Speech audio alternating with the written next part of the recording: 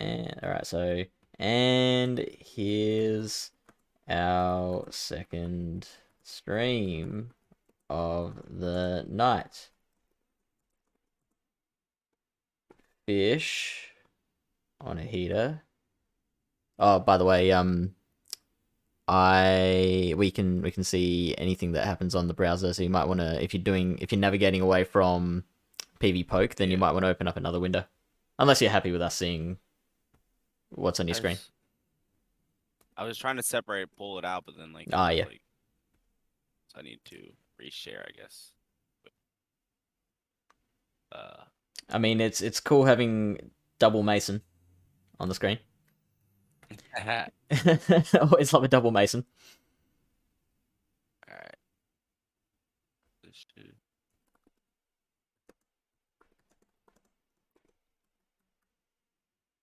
This should. Perfect.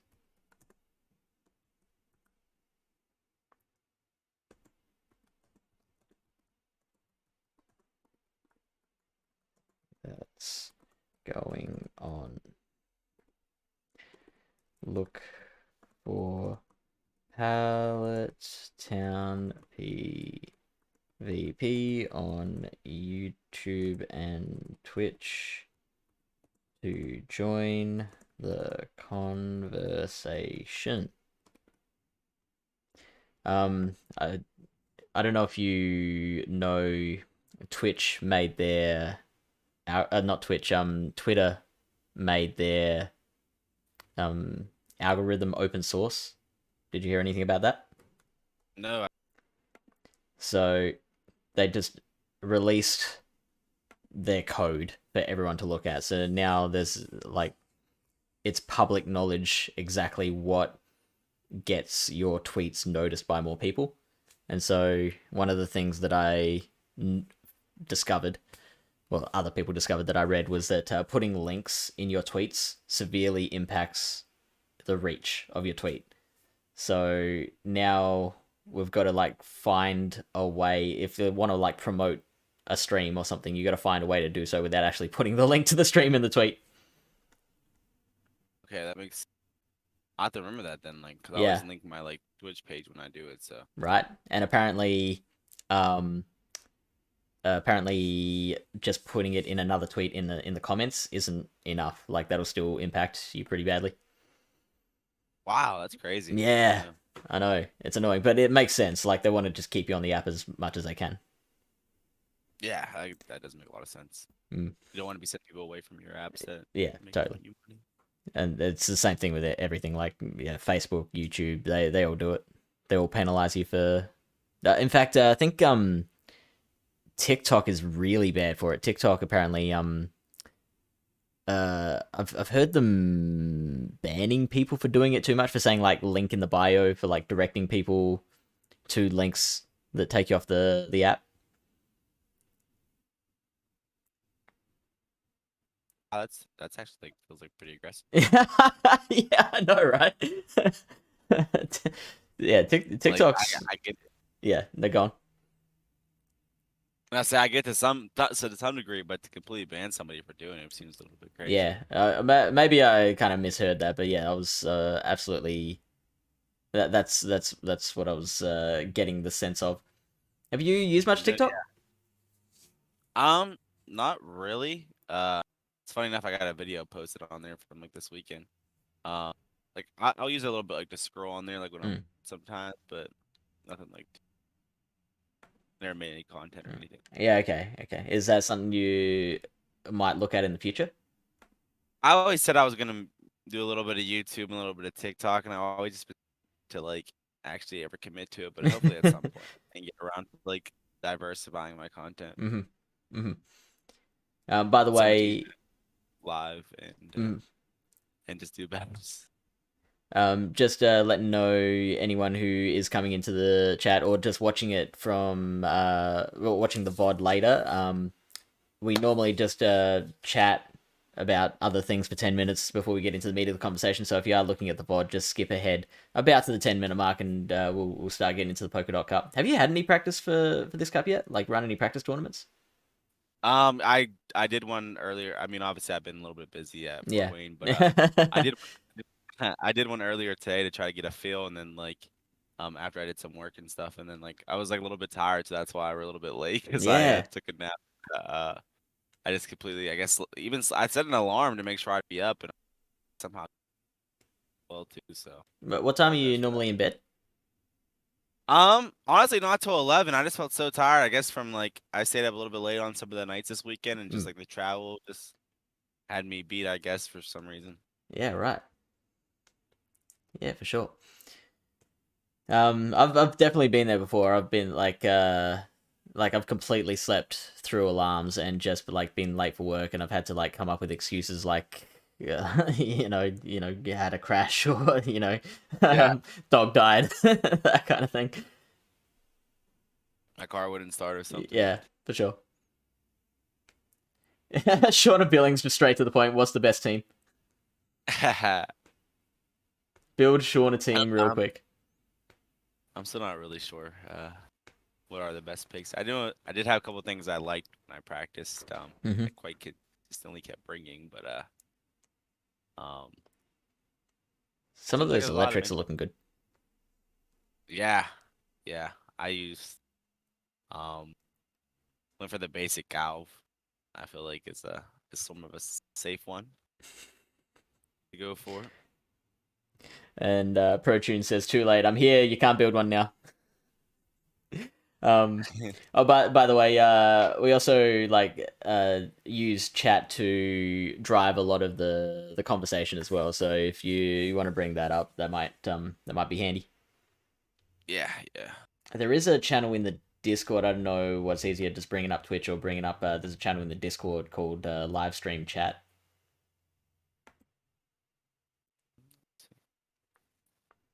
Whatever is easier for you.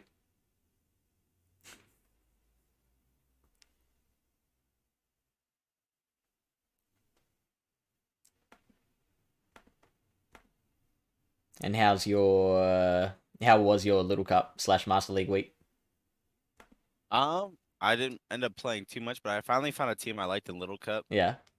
Um, that was like sort of working for me eventually at the end. It was Dino lead, Seal safe swap, because I'm not gonna spend no XLs on Little Cup. So Seal safe swap and Shadow Ember Vulpix in the back. So Oh yeah. worked out pretty Nice. I think I accidentally deleted my Little Cup Vulpix. I was like looking well. Oh for wow. it this week, and yeah, I'm like, where? I was sure I had one. Yeah, I used to my most common team from a long time ago was Vulpix lead with Shadow, Dratini, and Dino. But I guess that was like before the XLs became a thing, and now just like the Bronzor just always the back line there nowadays, and like why not is really annoying there as well too. So I was eventually had to switch it up. Yeah, yeah. Shadow Dratini is a cool pick. I wish like Bronzor just polarizing everything. Like Dratini is one of those Pokemon that's taken a hit because of it. Yeah, it's almost like weird though. Like even the Sandshrew, Alolan Sandshrew, like you practically Dragon Breath it down just as fast as they are power Is snowing that you right? down, and it's so That's ridiculous. But like crazy.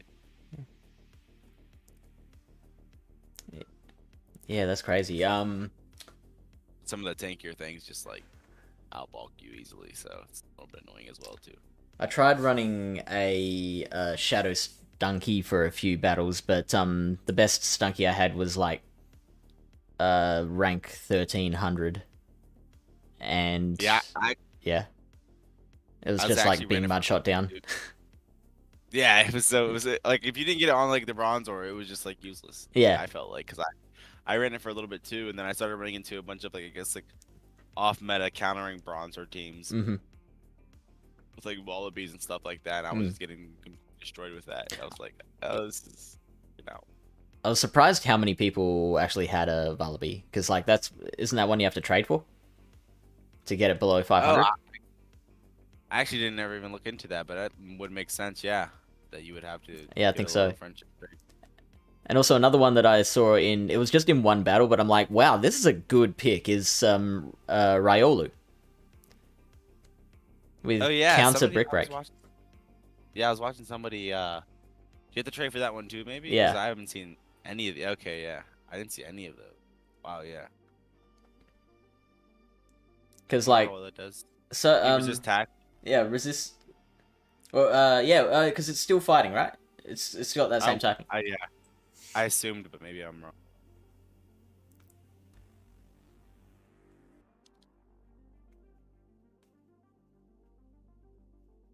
No, okay, just straight fighting. But those tackles are doing like 1 or 2 damage to everything anyway. Yeah, yeah. Because Bronzor is so low attack. But like with all the sentries that were around, all the dinos, all the stunkies, or yeah, like it counted like a lot of the top picks. Oh yeah, for sure. I saw a lot of sand, so Mm. definitely something like that. You get that on there. I mean, similar with not using ball picks. I got that on there. It was like dead in a second. And are you going to be doing any Spring Cup, or are you going to continue with Master League? I don't really have too many Master League options. Or Yeah, any same. I'll probably go into Spring Cup and see what that's about. Yeah, sure. Have you got any teams in mind? Honestly, I haven't even looked into it too Mm-hmm. much. Seems like once again another It's pretty RPS. elemental. Yeah. Like water, grass, Yeah. void Ooh, space. Protean's got a team. Instinctively Bad's here. G'day, Instinctively Bad. So Lyle and I were just doing that stream earlier, and we were like, it's pretty much like Marwal, Tentacruel, Trevenant, and G-Weeze. That's pretty much it. Galarian Weezing, like a really good safe swap with Brutal Swing Overheat. It sounds pretty good because Yeah. you can spread most things with that. Yo, blah. Blah. I mean, Mason's most of the duo. I'm the Garfunkel in this duo. No, not at all. All right. Well, you want to get into it? Yes. All right. So Um, yeah, well, whatever thoughts you have, it's basically just like it's a really unstructured conversation. We just kind of look through. I'm not sure if you've seen one of these breakdowns before. We just look through PvPoke and just kind of see what hits us, what we notice. yeah. So, what I would say is I did that small little bit of practice before getting on here a little bit ago. But one thing I immediately liked a lot was normal cast form. Okay. I feel like now having access to tackle being actually a stab move, it just felt like it was pretty good. Advantage to farm down certain things, and a lot of things I feel like weak to the weather ball rock, and then you have some of these water picks that you can also have the energy ball access to. Yeah. Okay. So I really liked it as a pick overall. It was pretty good against Swoobat, which is at the top. There's even though it doesn't resist the confusion and there's not a lot of confusion meta, it just seemed pretty strong. And like one turn moves are like one of the best things to have. You have control of the matchup when you throw your move, everything. So it just seemed really good as a safe swap as long as you can really avoid the especially if no one's running like a Blaziken or a Dawn fan. So it's pretty tanky too. 1980 stat product. yeah, because you can even use like an XL version, I think. Oh yeah, or at least some right. XL. I think mine actually was like a rank 30 and had like 52 XLs into it. So there we go. Yeah, rank 1 is level 41 and a half. And goes above the 2000. yeah, so yeah, wow. pretty tanky for sure. This is one where I imagine bulk is better. Like, I don't know if you're hitting any like break points by getting a higher attack. Yeah, and even like not like mirror matchups would really come down to the CMP that much. You're also one turn tackle, so it's like likely you can avoid CMPs. Let me check that out. Pretty well.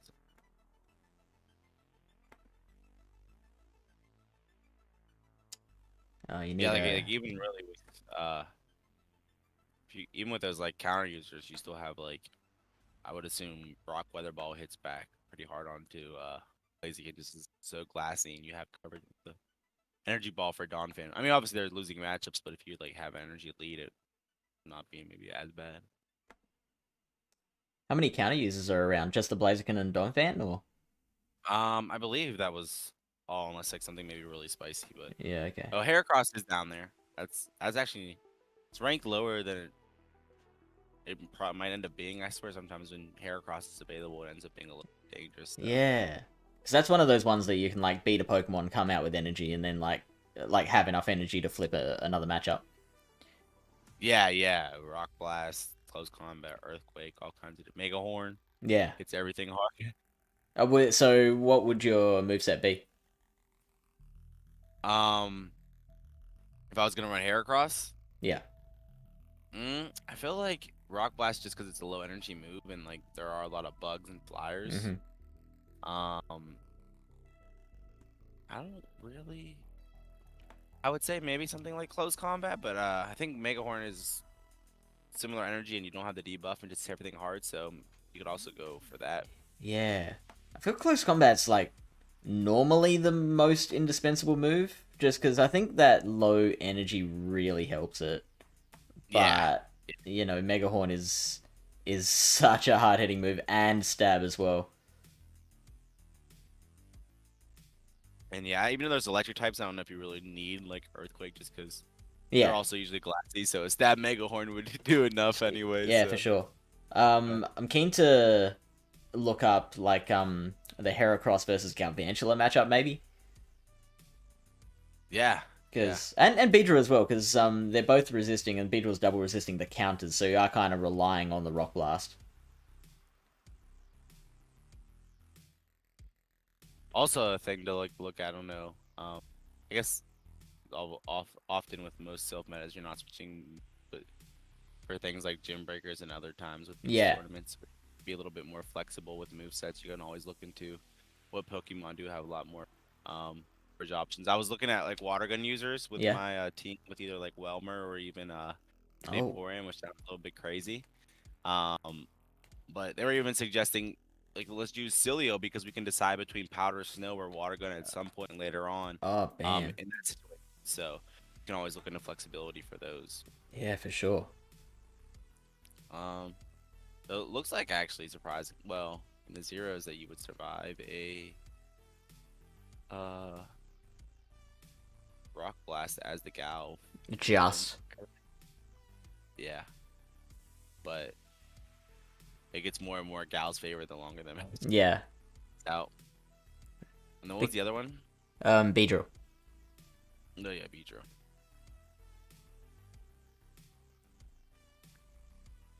Yeah. Well, this one's actually better in the ones. Beedrill. I guess you are resisting both Beedrill's charge, so. That's true. Yeah. But the jabs probably hit like a truck. How much does a poison jab do?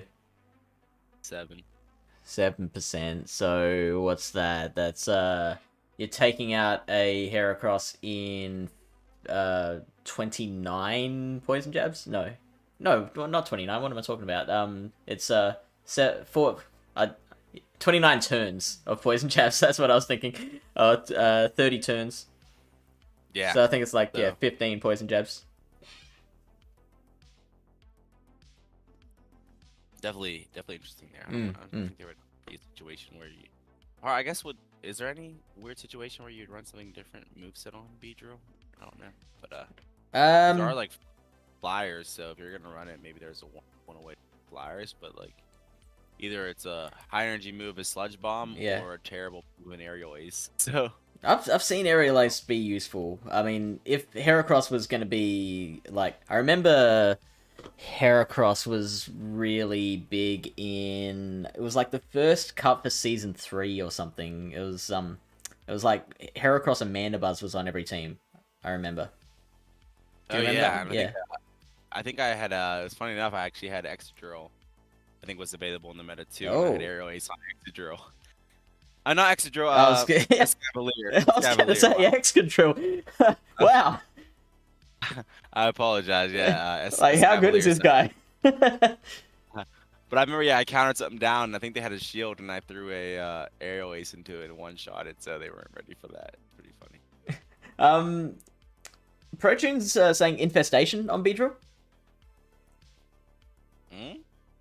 I guess if you do want to run maybe some of these like higher hitting like move like a sludge bomb or something like that in draw run coverage, you can Mm, go for the faster charging move infestation. That's another thing about Beedrill. I think a lot of times shadow variants a lot better with the jabs, especially because they're hitting a lot harder. Something like a Nido Queen, where if you're yeah, running Shadow Nido Queen, it's better than regular Nido Queen, but no shadows allowed in this no meta. shadows. So Yeah. it's probably a pick I'd maybe even leave on the bench personally, just because Oh, I, okay. I feel like the shadow works out a lot better. Also, I feel like once again, Confusion seems to have zero resist or very minimal resist in the meta. So Is that right? uh, No poi- darks. poison typing can be a little bit like a liability a lot of times here. No steals. What else resists psychic? Dark steel And I guess and opposing psychics, say again. or I was gonna say opposing Oh psychics, yeah, but I think so, yeah. yeah. So Um, giraffe rig. yeah, Giraffe Rig, Swoobat. The one I always thought was a little bit interesting though would be and I tried using out was a Rangaroo. Okay, with the power play. Because you have that for the opposing psychic, you get in that kind of situation. Mm. I think it's pretty tanky. I actually got lucky. Like one of the first ones I ever caught was a rank 2 for Great Oh, League. let's So go. I also knew I had a good one, so I was like, hey, might as well use it. Uh, and yeah, it seemed like a pretty good safe swap a lot of the times. I know like the only thing, especially with that, there are some like even the Shadow Claw users in the meta. I saw a uh Zangoose. I went up against a Zangoose, and there are a couple, I think, Ghost fast move users, so the normal typing helps out a little bit there. Um, maybe makes that good Galvantula would block be a hit. tough counter swap. I don't think you've Yeah, got much yeah. against that. I mean, you I, I, could. Yeah, you go. win. I'm pretty sure you win the zeros as the Angle because If you live a you hit them with the lunge. psychic. Uh, yeah, because I lived one Yeah. lunge and I threw a move, so Yeah. I think you win the zeros. Just gotta be careful. Then they do shield. They actually do get a chance to farm down. Oh, yeah, right. Galvs And and there's not much that resists electric, is there? yeah, which I guess it worked out because I did have Dawnfin and that worked out like pretty good as well. Okay. I liked it as like a counter user that once again did help out the electric types a little bit because I noticed Galv on a lot of teams. I would say that was pretty common Okay. across the board. Oh, that's good to Um, know. So that might like make Nido King actually pretty good. It's recommending poison jab rather than double kick. yeah, that could be. Yeah, could be. I mean, it's ranked at ninth. I didn't see many of them, and I didn't look into it myself really much either, just because it didn't seem like something that I'd be interested in. But I think yeah, another poison jab user that could definitely be. I mean, jab is a good move, so Yeah. especially if you get like a little bit of debuffing behind it, it could be a little bit threatening, and like you could probably get a big farm from a Galv because, like you said, like they're resisting everything at that point. So Yeah. big farm and then starting threading mega horns. You can bait with sand tomb. Um, could definitely be a little bit dangerous there. And you've got that flexibility for for your things like gym breakers. um, Yeah, yeah. If you want something like double kick for sure. and like you can play around with the charge moves as well, like Earth Power or Sludge Wave. I mean, Earth Power is probably the only kind of other viable one I can see happening. Sludge Wave maybe not as much, especially if you're running Poison Jab. Right, right, right. Unless you need to hit some jump lifts. I mean, have you seen too many jump bluff? I tried it out. I heard from a lot of people though that like Dugong is really good, and I Oh, didn't use it on my team. I heard that like with its tankiness and the ability to just icy win through a lot of matchups, it can be pretty dangerous. yeah. Um, so I definitely feel like that could be something you want to at least have some answers, like sort of scare away that ability to do so. And it's even hard because the counter users sort of have, especially even Dawnfan is weak to everything of the charge moves from Hmm. Dugong, or at least Blaziken you resist the ice, but you got to watch out for the water pulse threat. But the other thing is you have also electric types available as answers.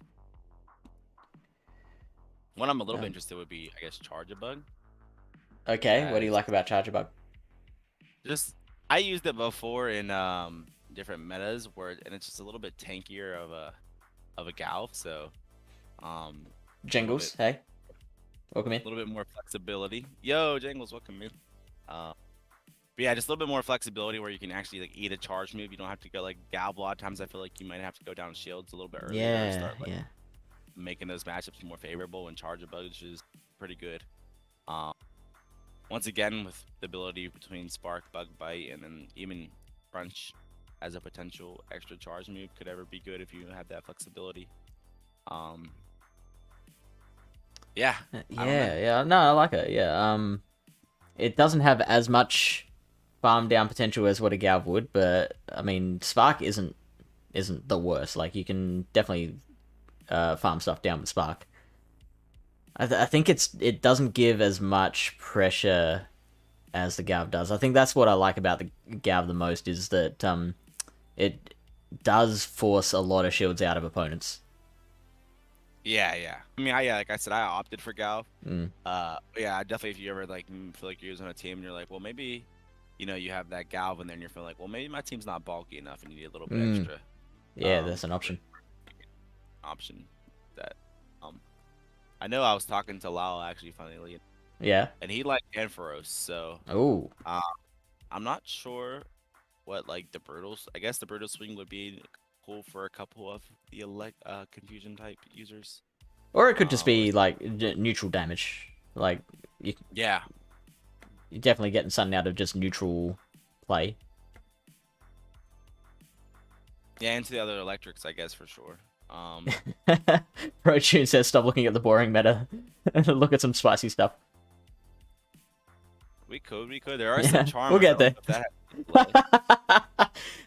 don't know if that's spicy, but yeah, Whimsicott would be a really flexible pick with some of the fast move options you could have. I actually did try vape. Like I was talking about water gun users. Yeah. Try Vaporeon, and it was pretty nice because you don't think of Vaporeon as an answer to counter users, but with Blaziken and like I said, Dawn being the main common ones, it was a nice answer for those. And the water gun pressure is actually pretty, just that consistent fast move pressure, then spam you Aqua Tails. Yeah. It does put a lot of pressure on, so definitely. And that's the highest ranked water gun user? No, Celio would be the highest ranked water gun user. Yeah, or that's a little bit like I feel like if you're gonna use Celio, unless you like I said you want that flexibility, you probably want to have like Powder Snow user, because if you want a water gun user, you probably don't want to be weak to counter. Yeah, okay. So I think I didn't actually have enough XLs for a Whelmer. I think it's the best overall water gun user, so I just tried out Vaporeon. But I think Whelmer could be an interesting pick because it is so tanky and like body spam there. So how tanky is it? I've never actually looked at it. I've only seen like people like using it as like a little bit of a joke in like league, but it can actually like I'm pretty sure take a hit. Like it has 239 stamina, so I guess it's not tanky in terms of its defense. Yeah, it's actually really low, but it's like I guess like a Dripling where it has like a lot of HP, so it really can take a lot of hits. Maybe I should have been using Whelmer in Little Cup. Yeah, I don't know how well it does in Little Cup actually, but I figure the stuff with the high HP stat like does the best. Because like I mentioned, I think it was off stream, the tackles from Bronzor are only ever doing 1 or 2 damage to everything. Right. So yeah, so it's a high HP Pokemon. Yeah. There you go, ProTune. Whelmer and Vaporeon. I'm looking up the Gal versus Charjabug matrix here. I'm not liking the differences here. Like losing to Beedrill, Jumpluff. I don't know how popular Araquanid will be, but that's a pretty big one. Scolipede, Sneasel, Vespiquen. Those 3 aren't as bad. But yeah, losing Araquanid, Beedrill, Jumpluff, you're gaining Cast Form. Cast Form's a good one. Talonflame and Wigglytuff. I honestly feel like cast form is the best thing in the meta. Okay, there we go. That might be a There's a hot take, take. but I feel like even like I said, the counters are so classy that Mm, like um Dawn Fan being the tankiest one and suffering from non-stab counters there, yeah. that like it just has a lot of play even against those. Someone was telling me that cast form in the most recent cup could beat Beware. Yeah, that tackle pressure is something. And, like, yeah, if you Some. want, you can also like once again, if you're going to Silph, I'd probably recommend the Rock Weather Ball set. But for say for some reason like you are really trying to use it and you need to counter like a Dawn Fan or something like that, you can use regular Weather Ball access, um, Energy Ball, and then you even have like Nuke of a Hurricane as Mm, well. So I'm not sure if Hex will ever be the play, just now that you have not stab anymore. support. Yeah. But another situation where like if you want to look for farm downs of confusion users or something like that, but I doubt that would ever be a strat. So what are you pairing with a cast form? So I liked, I guess, pretty much anything that you can use to help beat the counter users. So like I said, Mm, in this case, the water type does yeah. pretty good for some reason, just because of both of them being weak to water. Dumpluff does pretty well against both of those, and it really is a tank, so it's pretty good. And like Castform does good against the ice types that are a huge threat for Jumpluff. That honestly could be a little bit of a decent core there. Right, let me check Like that out. Castform. Oh, look at that. Yeah. Mason. So yeah. uh, It's okay. I guess. So you're having trouble with Luxray, Survivor, Nidoking, and actually, yeah, I think this is another thing in Nidoking's favor. Like it's you got to get up to a energy ball against a Nidoking because the weather balls are doing nothing. Zebstrika, Raichu, Alolan Raichu, and Manectric.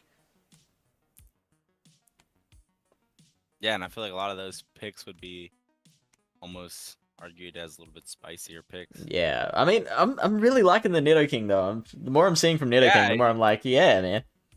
you're making a case for. I honestly like that's something like I looked at and I would like almost like just wrote off just because I think of like I'm like, oh, how good Nidoqueen was one time, and I'm Hmm. like Nidoking is like a knockoff version of it, and like Nidoqueen isn't even good anymore. So I'm like, and it's a worse Nidoqueen, but its typing does seem like it has a lot of play in this meta. So Yeah.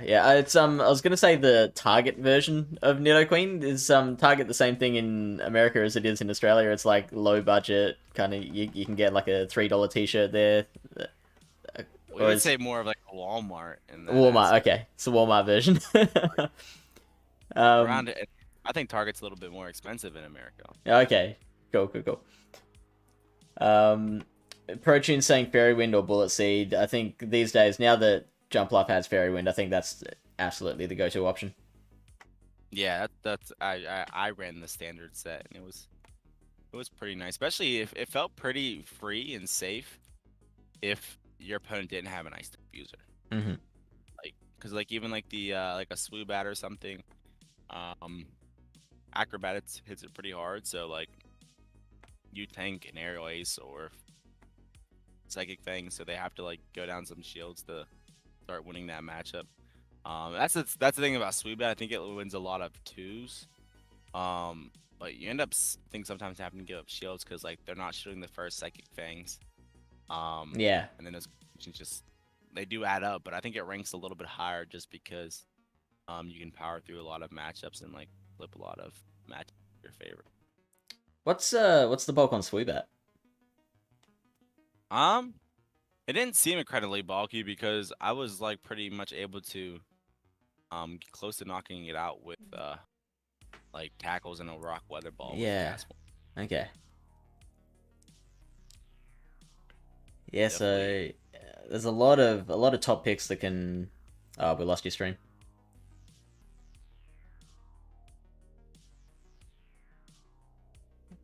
Yeah, there's a lot of Swoobat. top picks that can beat the Swoobat.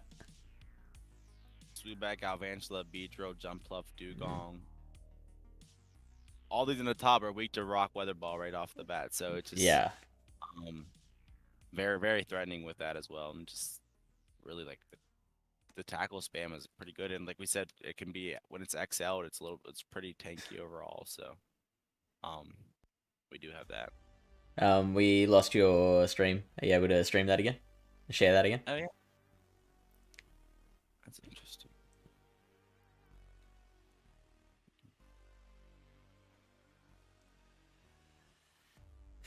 I love that action shot of you celebrating. Oh yeah. Which was, which regional was that? That was Toronto. That was Toronto. Yeah. Or is it back? Yeah. Perfect. Yeah, Approaching so says check the bottom of the top list. meta with that Rock Weather Ball. Yeah. I think there are some like the Dugong. You have the access to throw a stronger hitting energy ball. Samurott, Araquanid. Well, once again, weak to Rock as well too. So a lot there. What are your thoughts on Survivor? Survivor. I've actually used it in a was one time it was like a Halloween draft tournament. Yeah. And pretty threatening, honestly. The jabs seemed to hit a lot of things pretty hard, and like you had the jab Poison Fang combo. What we once saw with Nidoqueen, pretty threatening. Now being a little bit slower than it was in the past. Maybe not as threatening, but yeah. You also have the ability to, I don't know how it would actually play out, but crunch any of those confusion users that are really threatening you. So maybe get a shield from them if you're lucky. What else has confusion other than Swoobat? Oh yeah, we looked at it. It was Girafarig and Oranguru, wasn't it? Yeah. Oh, and Dustox. Espeon. Actually, Espeon. I guess Espeon came up as like a core breaker to like I was the one time I've played around with a team. I think Espeon came up as a good core breaker to a bunch of stuff. Yeah, it seems like it actually, if you look at it, it has the strengths of both of the other confusion users we discussed with Swoobat and Girafarig, where they have Psychic Fangs, so you can sort of start powering through by debuffing people. But then like the Rangaroo, like I like the foul play. They hit the other confusion users. Yeah. And it's Shadow Ball, so it has a little bit of Shadow Ball to hit other ones, and then it has Psychic Fang's debuff ability. So a combination of both of those plays. Shadow Ball can't hit the Girafarig though, so Espeon getting walled by Girafarig. Or Rangaroo, I guess they're both the part normal types. Yeah. Ah, yeah, yep. So maybe a little bit worse there. I'm trying to see, because I did sort of mention Charm just slightly, and I'm not sure how like I know we have the Charm nerf nowadays, but I'm wondering like not too many Charm resist either. So there are the poison types, but outside of that, like could be always a threat of potential fast move teams with confusion and like Charm on the teams. But I feel like there's enough like things like a Jumpluff, which would just be able to tank the Charm so well that you're just winning that matchup. Yeah, for sure. So. I think we can filter for that. There we go. These are all your Pokemon that are listed as fast move pressure. But yeah, I never knew that search. Yeah. PP Poke's like so, like yeah, like you're always discovering new stuff about it. You really are all the time. Except it's counting like Nidoking, like a lot of like hard hitting 2-turn fast moves. We're thinking things like your Charm, your Razor Leaf and stuff. Right. We wanted to. I mean, we could just filter to at Charm, at Confusion, and at. Are there any Razor Leafers? I don't know. There are a couple grass type, but you probably have the option like Leafeon. It says to run quick attack, but you probably could run. Yeah, you could, but you shouldn't. Right. Yeah. I feel like Razor Leaf is similar to almost like Poison Jabs. Is feel better with shadow variants. Yeah. To have. I remember Kanto Raichu being an absolutely ridiculous safe swap in one meta. I feel like Remember, it I could liked be it. again. Commander, I liked it because there wasn't Yeah. really many ground types. That's probably it. Which is another reason why I'm feeling like I like Dawn Fan a lot as well too. I feel like I don't know if it actually does pair well with Castform, but I seem like I was using Dawn Fan a decent amount as well. Alright, let's see. Let's see what PvPoke says. Obviously, you take this with a grain of salt, but are you going body slam earthquake? Yeah, that's what the set I had. Could run. I don't know if there's much room for player up. Maybe it's a cheaper, little slightly cheaper nuke, but You're losing to Nidoking, Superior, Viper, opposing Donphan apparently, Leafeon, Chestnut. So these aren't real high ranked picks. Yeah. Vaporeon.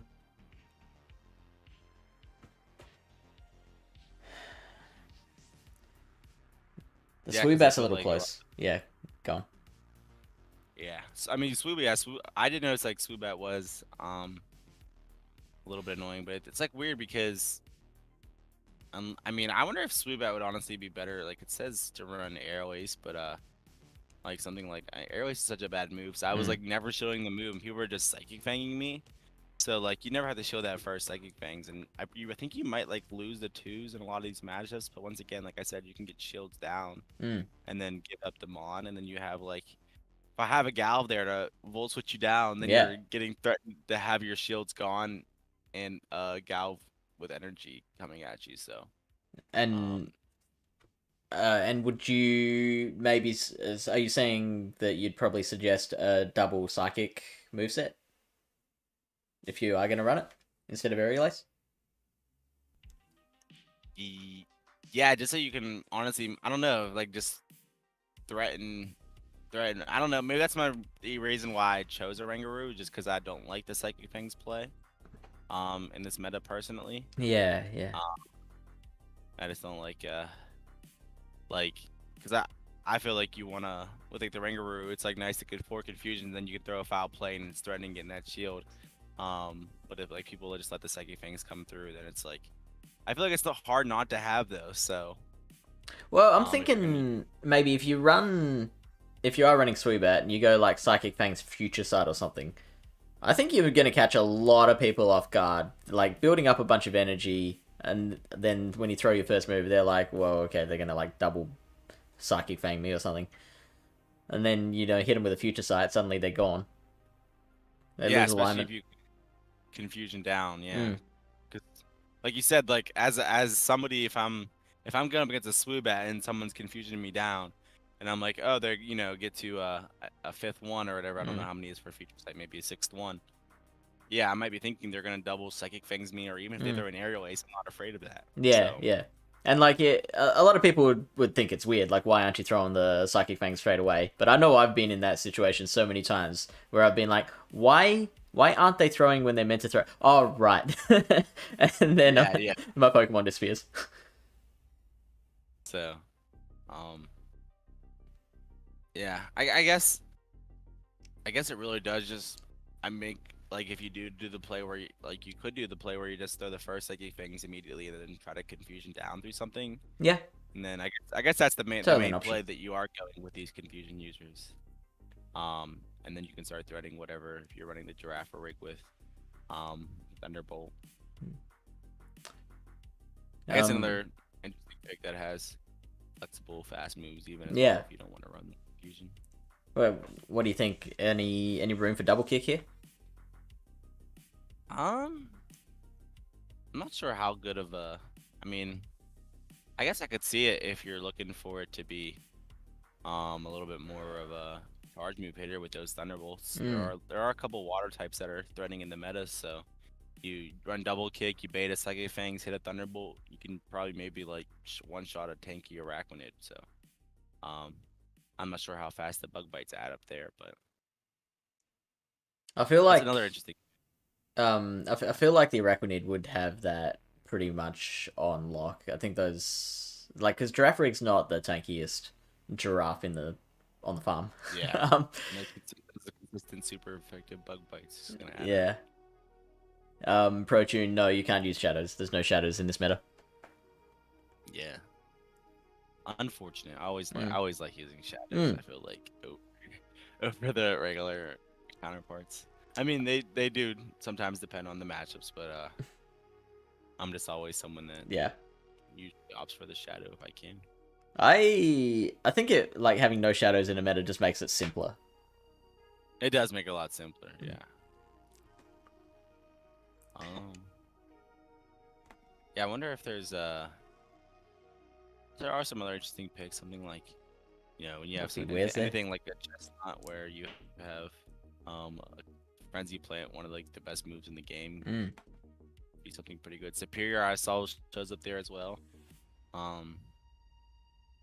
Maybe you could even run the double grass move set and get some leaf tornado debuffs. Could be an annoyance as well there. What about we got Zeb Striker, I guess. Like it's an electric that's not having trouble with like a Garvant or as much trouble with the Garvantula. You probably still lose, to be honest, because you get into lunges so much quicker. Yeah, I think Galb does pretty well. Oh wow, okay. Galb does pretty good versus the other electric. Sure does. Ability. And the lunge is doing 56%. And it's, neutralizing the flame charge effect as well. Okay, so scratch that. Do not worry about Zeb Striker. I feel like honestly, if you want the wild charge user, you probably want to go for the Luxray. Just because you have that ability to even, especially like with the Psychic Fangs threat. I remember people in this most recent Ionic meta, a lot of times we had a couple of people on the team where we weren't shielding the Psychic Fangs. And we were gonna shield in the first round or the matchup with Beware, knowing we live as Psychic Fangs, but they actually just go straight for the wild charge, then you lose the matchup in the 0.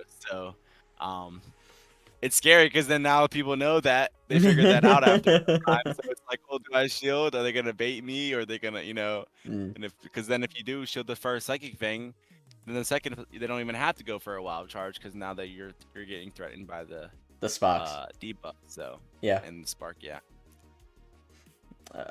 Protune just wants a refresher on the rules. So the it's no shadows allowed, and the Pokemon it's like a list of 100 Pokemon that are from the field, bug, something and something egg groups in the main series games. Like there are 4 different egg groups. Gotcha. So there isn't really anything like typing specific. Yeah, so it's hard to group. Well, I mean, I was about to say it's hard to group the Pokemon, but I feel like we are kind of grouping them into well like electrics, counter users, water users, and I guess confusion and anti-counter. I think that's the 5 we're looking at. Oh, and your poison jabbers, I guess. We're kind of we're kind of grouping them into fast move. Right, yeah. Yeah, your confusion users, your poison jab users, your counter users,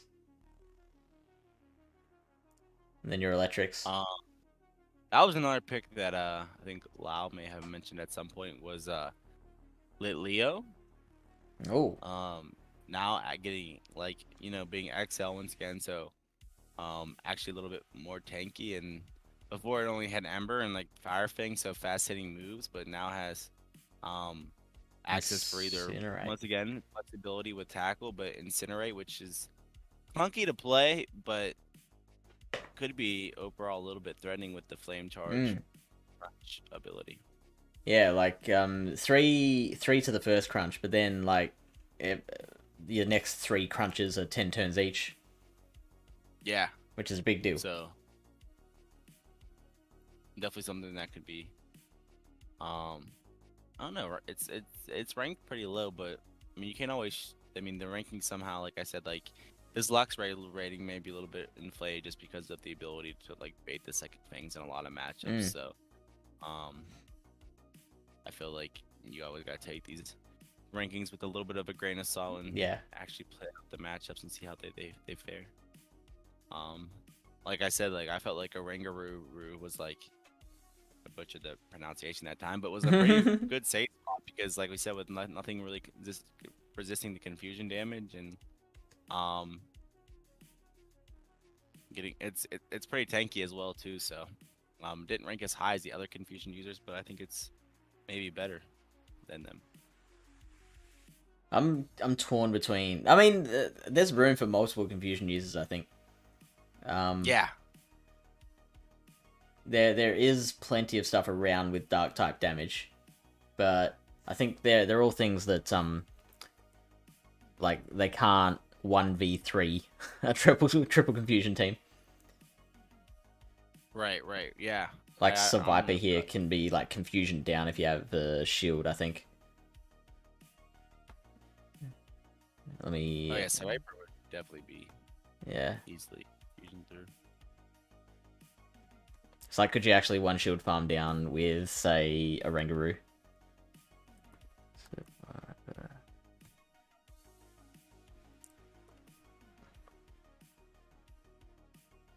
So if you don't have... Nope. Look at...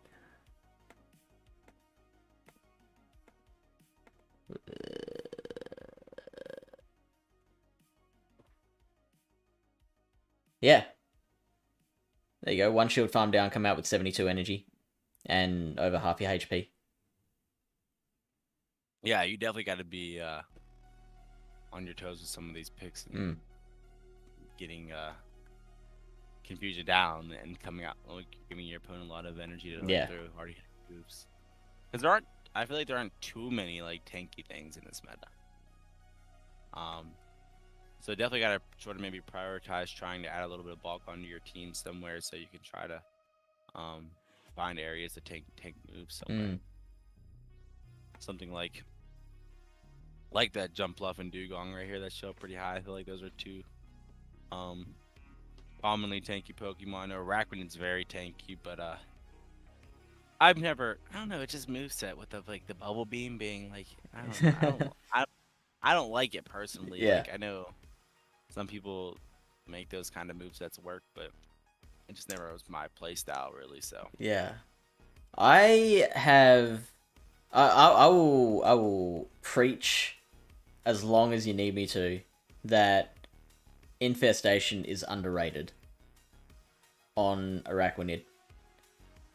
Because I could yeah.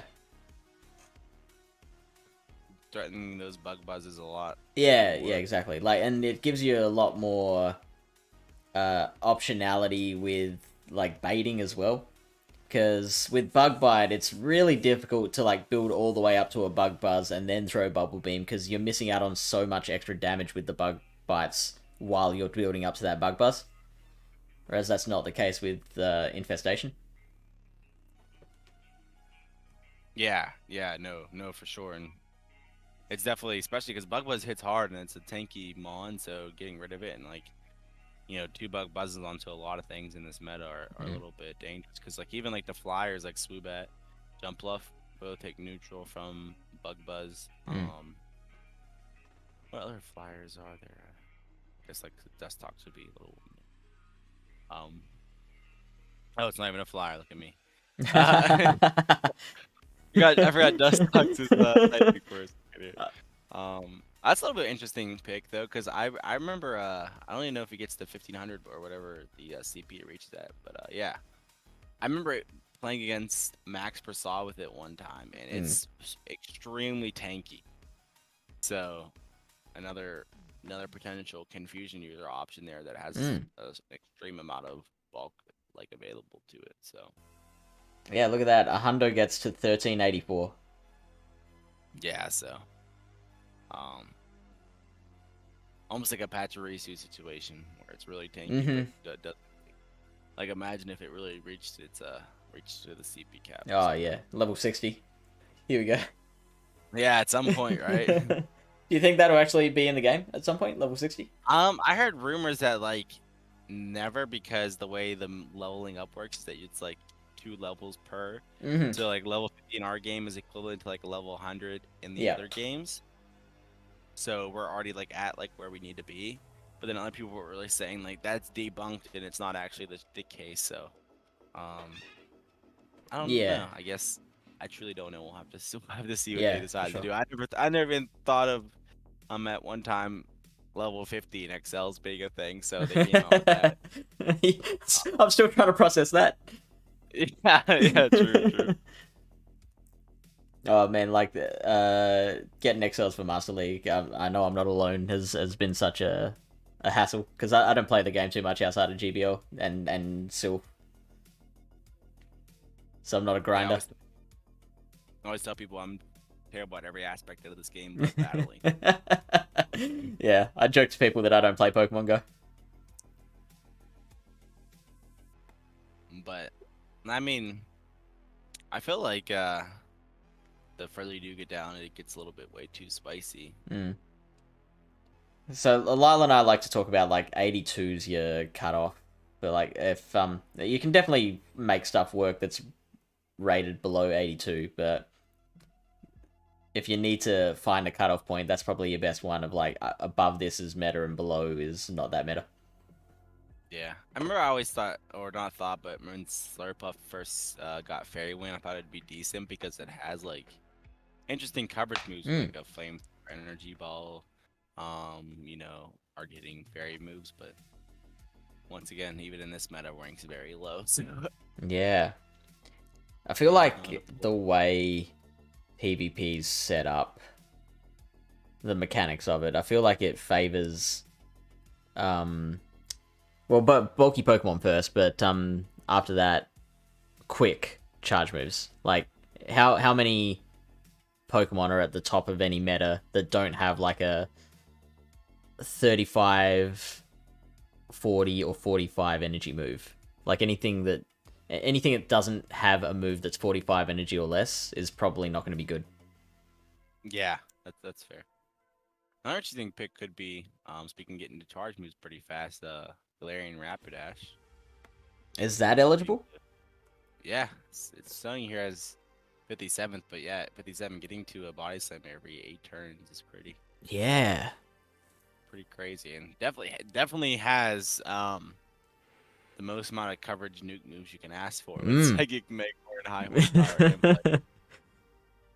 Really could go any way with that, and I think Psycho Cut generates energy. I mean, these aren't really meant for their damage, but you can opt between I think either Psycho Cut or Fairy Wind because they have like the same stats, right? Yeah. So. So what charge moves would you go for? It recommends high horsepower. I'm trying to see. There's a lot of poisons around. So like Yeah, you could flip things against a Nidoking or a Seviper. Yeah. Those super effective jabs probably do hit very hard. But yeah, maybe in the zeros you flip it with a high horsepower, so. Or like energy lead, you know, they try and bring a Nidoking in and you're like, surprise! Yeah. You can get a shield off him. Yeah, definitely something, I don't know. It's very glassy. I remember in the Psychic Cup being pretty good, so with, you know, not too many like threats. And I think its main weaknesses would be steel types usually with that. Once again, with the body slam spam, and not too many steel or types, if any. Yeah, I don't think there are any. Body slam spam. So. Ben Speedy, welcome in. Yo, welcome in. Ben Speedy, how you doing? Yeah, there's no steel types at all. That Rapidash, I like that pick.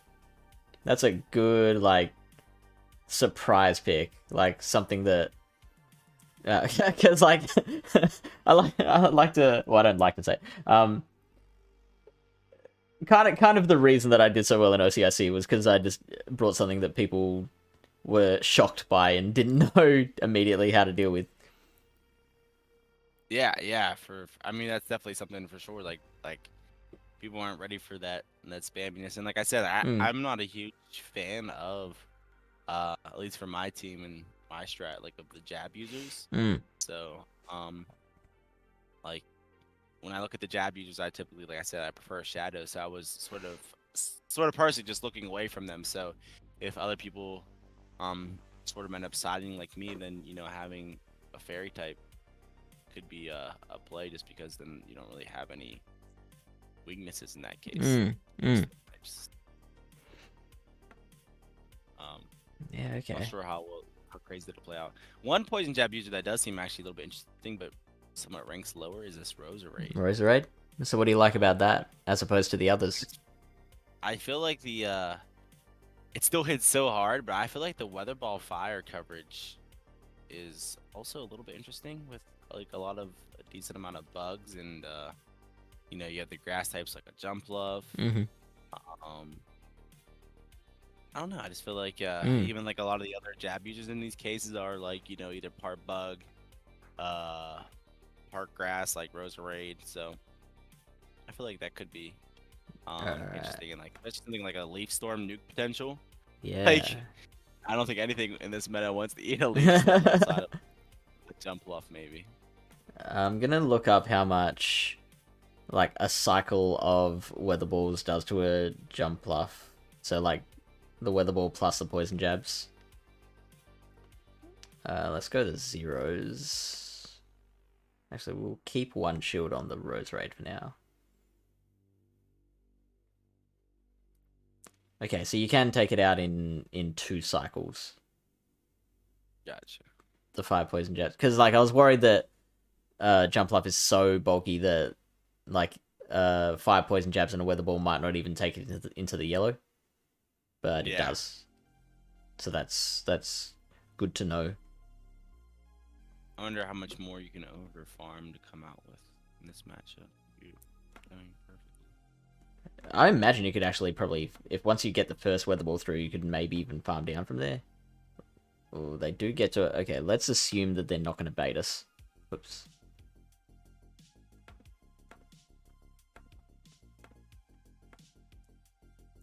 They get to an energy ball, but not an acrobatics. So they don't get to 2 acrobatics. Yeah. So if you do know you show the right move, then you can go for the full farm down. Yeah. I don't know how much an energy ball still does, because Roserade is so glassy. But no, it's double resisted, so yeah, you know, 23% damage. Yeah, like nothing. Trouble is, I imagine that flips with like 1 fairy wind of lead. Yeah. And another issue is that you got to be careful with same with pretty much most of these poison types, but every team's gonna have confusion users, so yeah. You really gotta be careful of that being an issue overall. Which is another reason what makes some of these fairy types just like seem like potential playable options, because if people aren't they're saying like, oh, confusion's really strong in this meta, there's no reason for me to want a poison type, and then there are no other fairy resist or ways to threaten, say, that Galarian Rapid Dash as effectively. But I mean, look at this. The Leaf Storm's doing 106% damage to a Girafarig. Yeah. That is wow. Yeah. Yeah. Leaf Storm from a Roserade's probably gonna, like I said, get in one shot at least anything neutral, right? Yeah. And yeah, look at that. Like, it's only doing 76% to a Rangaroo, but with the poison jabs as well. Like, it's winning that in the zeros. Wow. Yeah, definitely. I forget what meta it was, but I remember there was one meta where Roserade was really, really good. So yeah, I mean, it's looking good here too. You gotta balance. You gotta play around. It's a little bit of squish, but like especially like if you get another like situation where you can farm something down and start threatening the potential for like a Leaf Storm, you bait with the Weather Ball and then hit him with Leaf Storm, and just like you get a shield and you get a KO. The KO, so, yeah. Yeah. Now, Protune, I don't know why you'd ever throw a Leaf Storm at the Jump Up, but just for the sake of science, 23%. That's a little bit underwhelming still, I feel like. That's more than I thought it would be, to be honest. Yeah, Jump Up is so tanky. So. Yeah.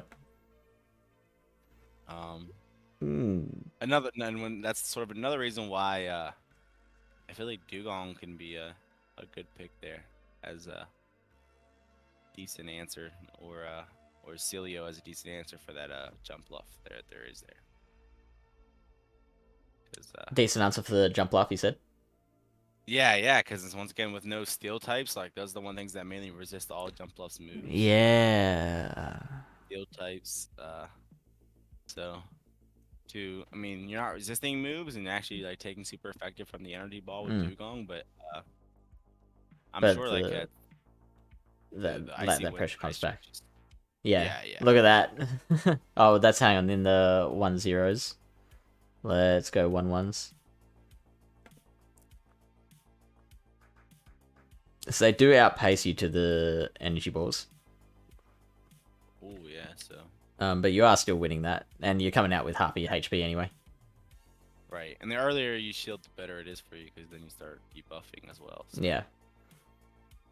Wouldn't a poison be better? I mean, yeah, a poison is probably better against the jump bluff specifically, but like, you want.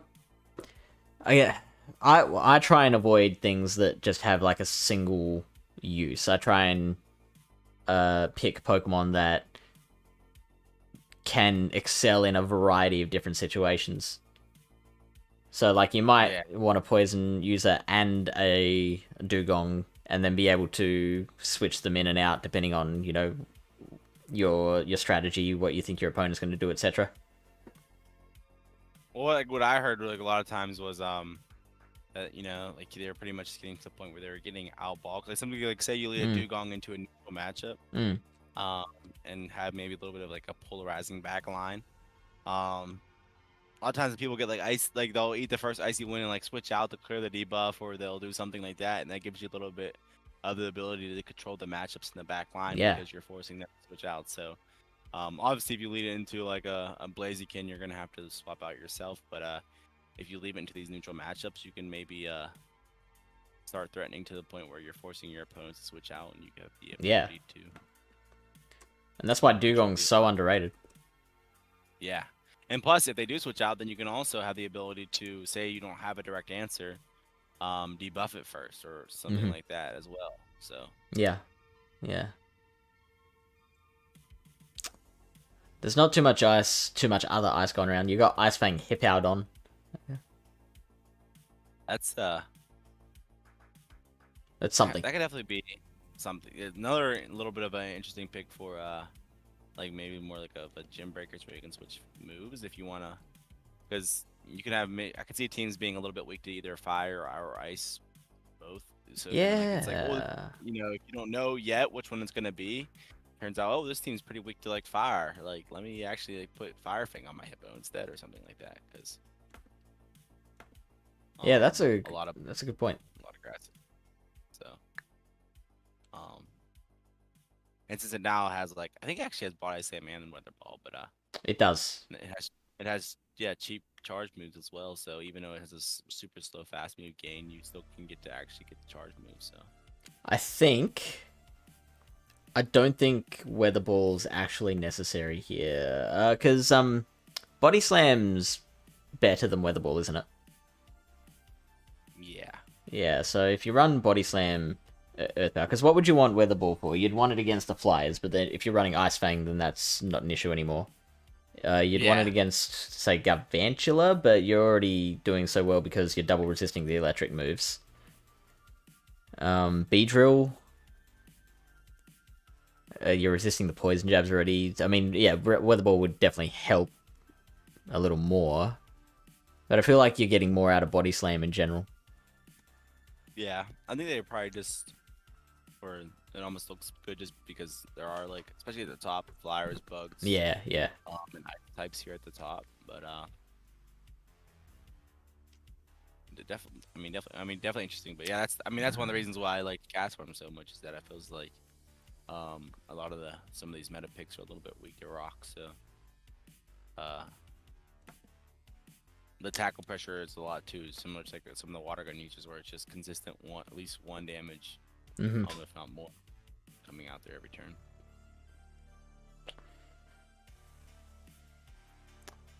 We haven't looked at Blaziken And very much.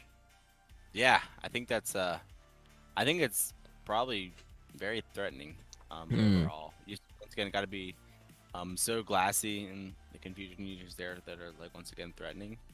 But I feel like doesn't directly have too many hard losses outside of those confusion users.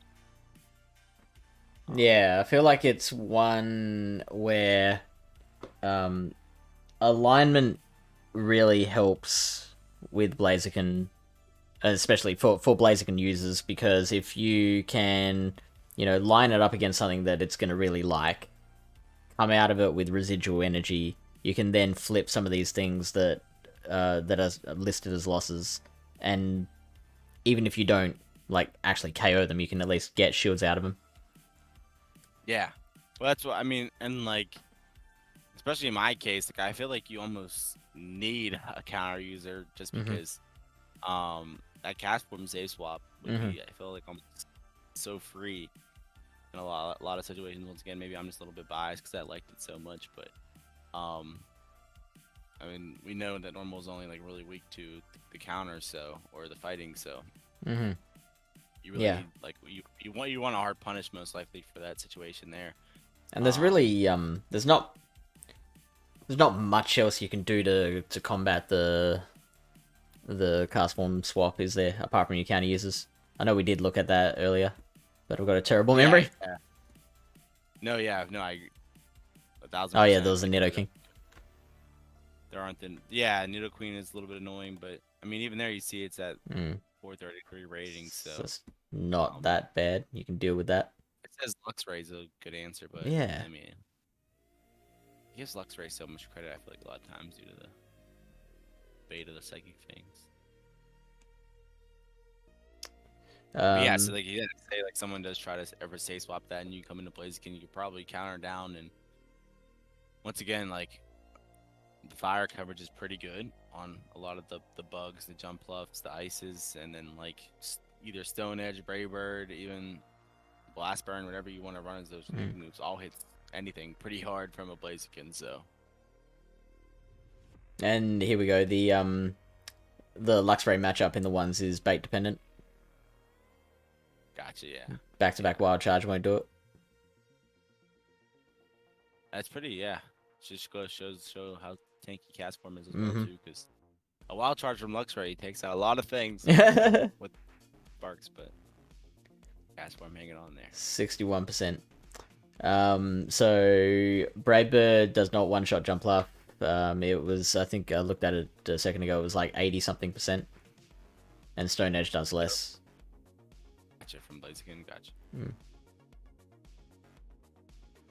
Yeah, jump laug's very tanky. But yeah, I feel like that matchup isn't like the super worst, just because you have to get to those acrobatics to take it out. And then like you can maybe try to land the Brave Bird or something, and then create a farm at some point on a jump left. Mortal Tomato's here. Hey, Tomato. Yo, welcome in.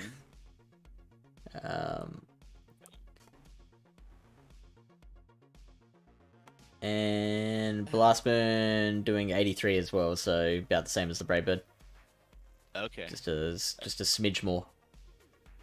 Yeah, so that's a decent amount of damage though. So I'm not sure the counters add up enough and little like zeros or anything like that, but definitely enough. You play it out far enough, it probably gets it very, very low, maybe even like the point where it's livable. I feel like you'd still need to. I mean, we can check it out, but yeah, I feel like you'd still need to throw a move there, like you were saying. Yeah. So that is, if you are running double fire, throw Blast Burn first, which is not shielded, and stop baiting. I mean, okay, the Blast Burn with the counters is enough to KO it, so they do need to shield. Yeah, so you get a little bit of a bait there. Mm. Yeah, I think Blaziken might end up being um one of the best picks as well, just because I feel like even like with like say like a Galvantula, you lead into that.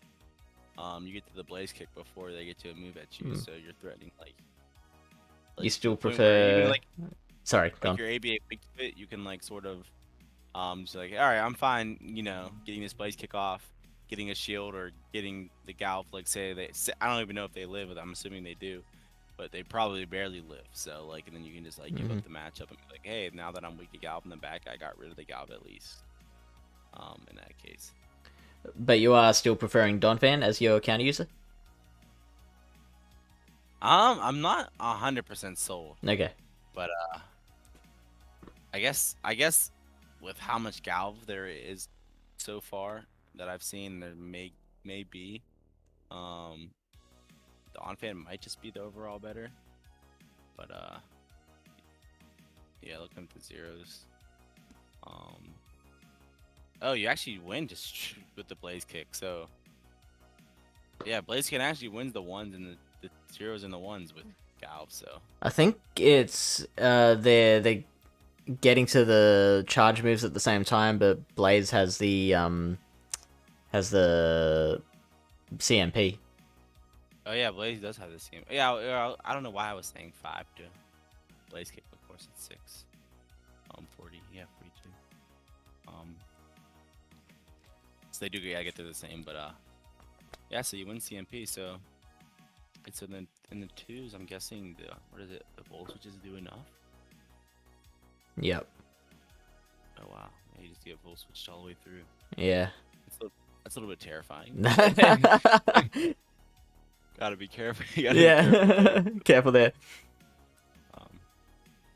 Yeah, another aspect of said Charm Dawn fan in chat. Another situations with the gym breakers or any minutes where you can switch fast moves. You can run Mud Slap, Charm, or counter Dawn fan at that point. So Oh, Mud Slap Donphan, let's go. Not sure any of those would ever actually be viable, but who knows? Sometimes you just find a random weakness on a team and you're like, hey, this means. Like did I mention it already? I love for factions picking Pokemon that have multiple options for movesets, because like being able to look at your opponent's team and then decide, oh yeah, this is the moveset that does best against this team. Like, I've found so helpful. It's got me so many wins. Flexibility is so huge in factions, especially because like then you can't your opponent like it's harder like for them to predict it or like have sims ready or to be run, because like you have to have it like ready for all the different move sets and everything like that. So but yeah, even I find it funny, like one time I ran a I think it was back in Fusion in factions, I ran like a water gun Whiscash at a point, so that was pretty funny. So yeah, definitely always cool to have the flexibility of the fast moves. Yeah, nice.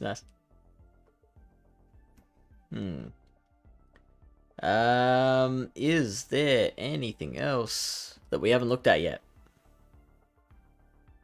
I did want to see like just some of these Arcanine. But yeah, I think that the Charmers I think could have a little bit of play with some of these picks being like glassy. But like once again, if you just get into any of these like bulky neutral matchups, just not really favorable overall. You know, like especially what about Firefang? Sorry. What about Arcanine? RK9 with the Firefang, it does rank really high. That's why I said the fire. That's why I was liking Roserade. It's like I was saying, the fire coverage seems pretty interesting. Yeah. Overall. Once again, something that may benefit from if there were shadows allowed. Oh yeah. A lot more pressure. Valid. But I mean, it ranks 22, so I mean, like I said, there are a lot of bugs. I mean, the ices do share a water typing, so not as threatening there. And some of the grasses, so would make it a lot harder to like ever use like a Galv as a safe swap or something Yeah. like that. To where, Doesn't beat the cast um, form though. right, right, right. Yeah, and yeah, cast form as well with that weather ball rock is so dangerous. Another thing with Leo, if you're one to, you can run between the Fire Fang, the I don't even know which one's better, Fire Fang or Ember, really. I guess a little bit different. Oh, it's got Ember? Oh yeah, Ember is just straight up better. Oh, wait, what, Oh what wait, mon are we talking about? I went back to Leo. Oh, Sorry. cool. Yep. I was saying that it could you could have like something with the high hitting or higher energy Incinerate, a little bit more clunky, or the fire faster Ember or Fire Fangs, and even something like a Tackle could be Yeah. a little bit interesting on Litleo. It was really good against some of those top picks with Swoobat, Galp, and Jumpluff all being listed as wins. So it's crazy though. Like I'm almost still not sold on the Nidoqueen. I mean Nidoking, but everything you click on, it's listed as a key loss. So I'm Right? like, maybe I should be more sold. Like I don't know. I mean, I've been waiting for a moment to, because like, I was always saying like, well, the main reason that Nidoking is never used in Nidoqueen was this was pre-nerf. Was like, okay, the Sand Tomb's 5 more energy than Poison Fang was, and it's a Glacier Pokemon. Like, if you can find a meta where those two things aren't as big a deal, then Nidoking's going to be pretty darn good. And I think now's its time. No, for sure. And then, I mean, yeah, example like once again, a Megahorn is such a good move, right? Yeah. PE wise, so he'll hit anything pretty hard, and then like once again, yeah, even if you threaten the Megahorn, and especially bait the Sand Tomb, then you're even better spot. Anytime you get a shield with a debuffing move is always a good situation. So, For sure. Having the threatening ability of a Megahorn with a a hardening Pokemon like Nidoking, definitely scares you into maybe potentially having to shield the Sand Tomb. And it just seems like it's like one of the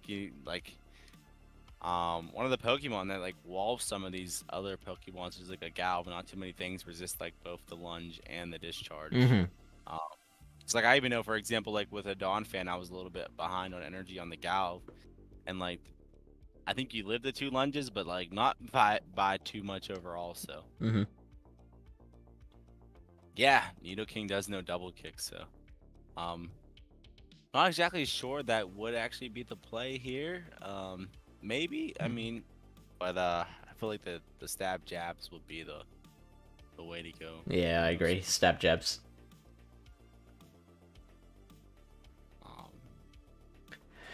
Interesting it loses to Blaziken though.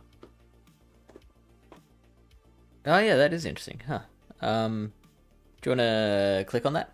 See what's happening there? Yeah. Oh wait, I'm gonna have it. So okay, to show up. So in the this is the ones. Yeah, it looks like a Blaze Kick is plus the counters is enough. It is enough, yeah. Only loses the ones that. Yeah, okay. So. That's if Blaziken's running Stone Edge. If it's running like Brave Bird or Blast Burn, yeah. Then that'll probably flip the zeros in its favor. Right. So everything but the 2s then. Because at that point, then the jabs just do too much. Yeah. Shooting everything. Especially if you get Plus to a second Sand Tomb. Yeah. But I imagine in the 2s you probably even wouldn't throw the second Sand Tomb. You'd probably farm it down from there. Yeah, and want to have a lot of energy. And that's when you get to the point where because like you would I mean it's still crazy that the counters get you down to 47. Because I was gonna say you would probably still leave with a decent amount of health. But yeah, so let's see if we go sandbox mode. Just jabbing.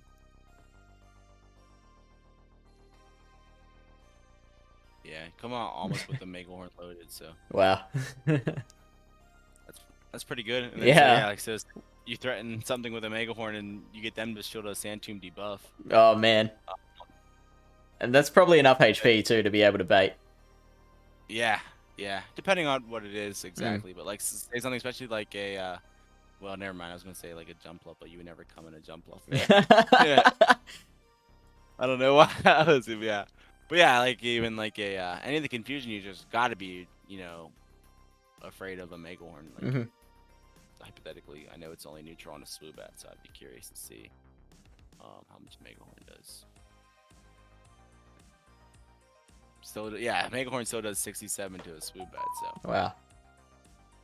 Only being neutral and Yeah. non-stab from a Nidoking, And so plus your poison jabs too. right, yeah. Fusions do a lot though. Yeah. 25. So good. Man, I'm like I also just like running Pokemon that I enjoy, right? So like I'm pretty darn sold on Nidoking. Yeah, for sure. Maybe another yeah, I was gonna say another also it says beats Dawn Fan too, which I was actually interested by that too, because That's surprising, yeah. you think Dawn Fan resisting the poison jabs would, I guess you're resisting the counters. I don't know. Could also be a little bit bait dependent, because obviously we can land the earthquake and but yeah, it's saying with that moveset too, with jab. Yeah. Resist. So it looks like that. I think that is bait dependent. Yeah, that makes sense. But hey, a lot of matchups nowadays are bait dependent. All the kids are baiting. Honestly, makes a good Pokemon is having the like you said with Slurpuff. You don't have enough cheap moves. Like sometimes you gotta bait to win a matchup that you need to pull out. So for sure. If you don't have a bait move, it's just, I guess, less flexibility overall. Yeah. To make those kind of plays. So, yeah, I like Dawn Fan just because like even a lot of times you can lose the matchups and then you can come in and counter down with Dawn Fan and then just like that straight body slam spam. You just like they're coming out. I mean like it's like Vigoroth almost. Like I remember back in the day, Vigoroth was so good just because you just counter and body slam are honestly some of the best moves in the game. Yeah. So to have them together, just getting every 10 turns coming out of body slam is pretty good. Yeah, and you could like come out of like pretty much every matchup with at least some sort of residual energy, getting to the next body slam even quicker. And once again, another one of the best answers for this cast form. So.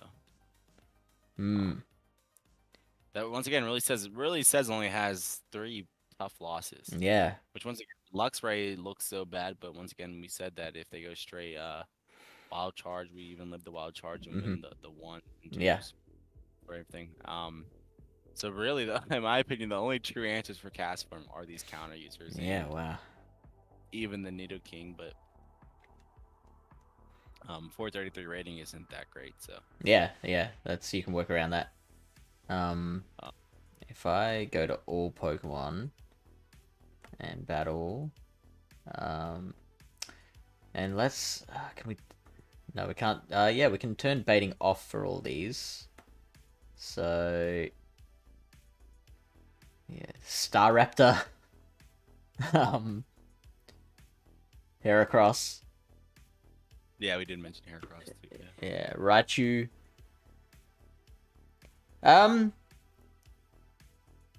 Yeah, I like Raichu. I did mention that a little earlier. Yeah.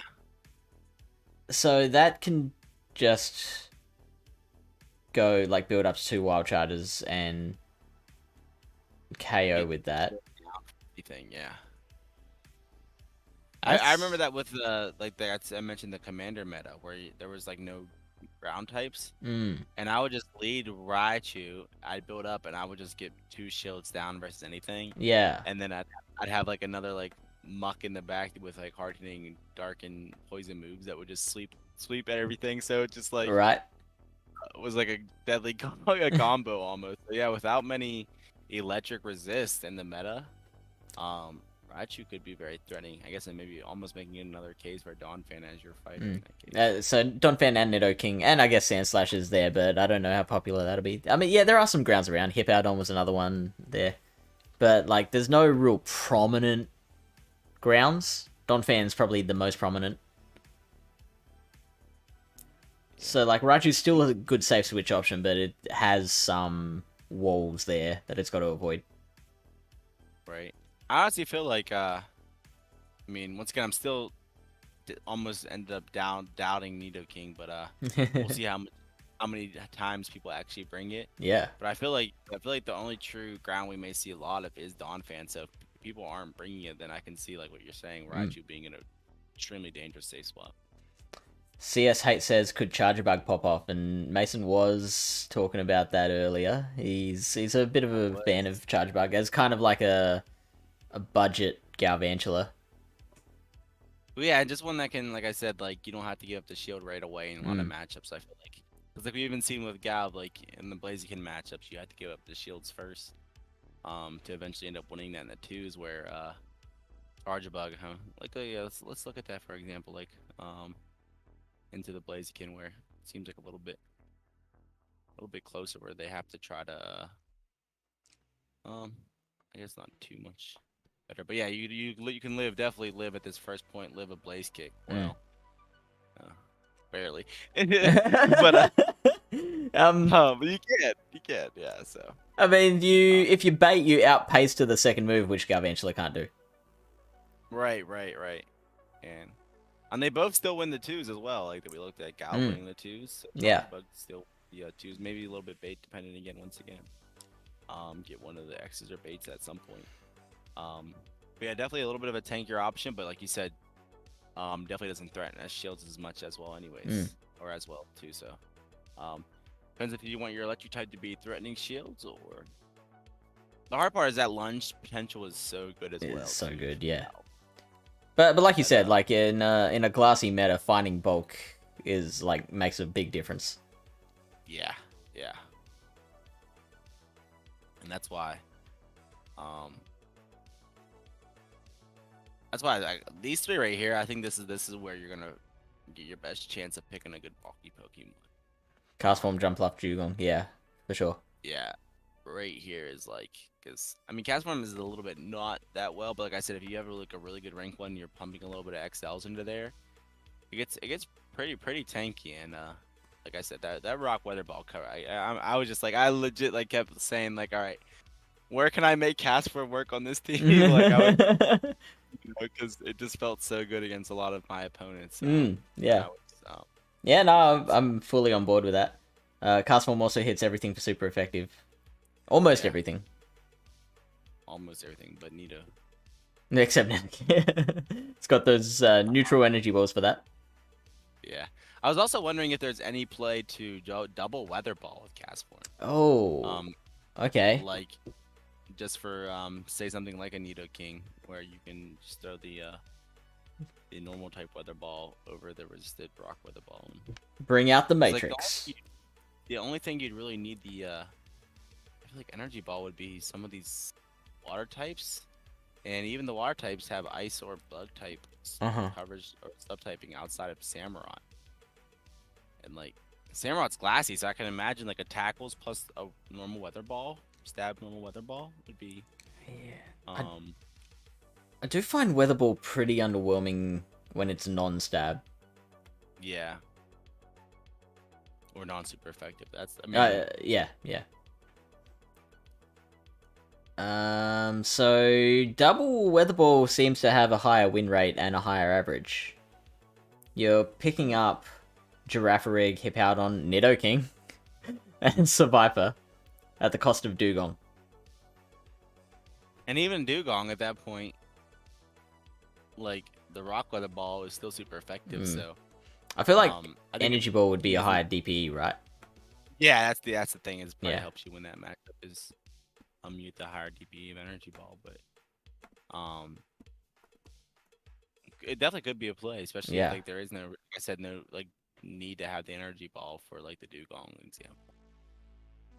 And that's actually not that big a difference. 1.6. And especially like the normal weather ball in that case. I mean, not in this case because you want to throw the super effective rock weather ball. But when you have the stab on normal weather ball, it's probably even a higher DPE. Yeah, because so what? It's 20%, right? Yeah. Yeah, so that's an extra. So you're going like 61 damage for 35 energy. Don't know what that is as a DPE, but against Dugong, you only gain a 0.05 DPE going from Weather Ball to Energy Ball. Yeah, there you go. Hates confirming it.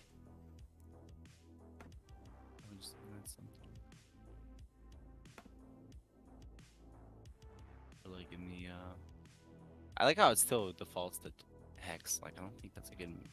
Oh really? I don't think it's ever the play anymore. Stop it. So in the mirror, energy ball helps you with the ones, but I feel like I guess it's like, especially if you're I think playing out the twos. A lot of times you feel like as like a safe swap and trying to control alignment, double weather ball strat could be good because, you eventually only gonna need a little bit of damage from the charge move, and then you decide whether you need to throw the stab ones or the super effective rock ones. But I mean, you can always even make a play for Hurricane if you want even harder. I mean, that if you're gonna run Hurricane, I feel like Hex helps you there. Yeah. Because of that quicker energy. Any bit of a play for a jump bluff. How much does a Hurricane do to a jump bluff? Not that great. Not as much as you want. Yeah, you probably just stick to rock weather ball there. Yeah, because he's still winning against jump bluff with the weather ball, right? Yeah, I believe. Jump off wins a 0 as well. Okay, but then 1 and 2s belong to Castform. Weather ball normal against Nidoking, 1.28 DPE versus Energy Ball 1.1. So definitely a higher damage for energy when they're both neutral. Wow. Yeah. So really good call on the weather ball. Definitely could be definitely. I could see it being a play with double weather ball. Okay. But I'll have to see. Trying to see if there's any other interesting picks. See, like I said, we see a lot of charmer spread out. Also, I guess maybe one could be. I know we've seen this. Mine and show up in a couple metas recently with. I see people using Ionic and then Ember, certainly. A little bit of a tankier electric type as well. Hard part is I feel like the charge moves are a little bit redundant in this meta. With the grass. I think so, yeah. Not being too many situations where you're gonna need the grass. Now I guess except for the coverage for the Dawn Fan. It says it beats Dawn Fan. That's pretty big. I was gonna say, it actually sounds pretty crazy to me, especially running the Spark Fast move here as well too. You know what it's losing to though? Okay. Everything I open up over here. I don't know how. I'm getting sewn, man. I'm gonna need to run. I'm gonna need to run Dugong just to make sure.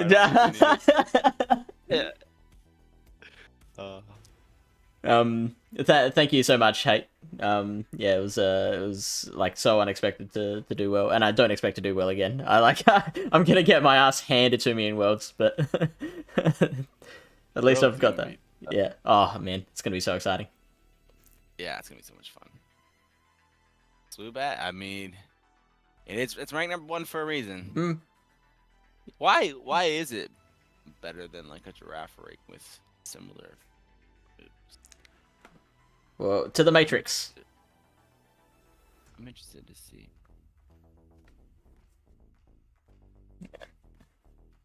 Nah, man. I mean, I'd love to, but I think he's just gonna look at my team and they'll faint. I mean, that's the thing about this game is anybody. I feel like at like a high enough level, anybody can be anybody with good alignment. Yeah. It's like I don't know if you know I used to study poker before I got into Pokemon Go.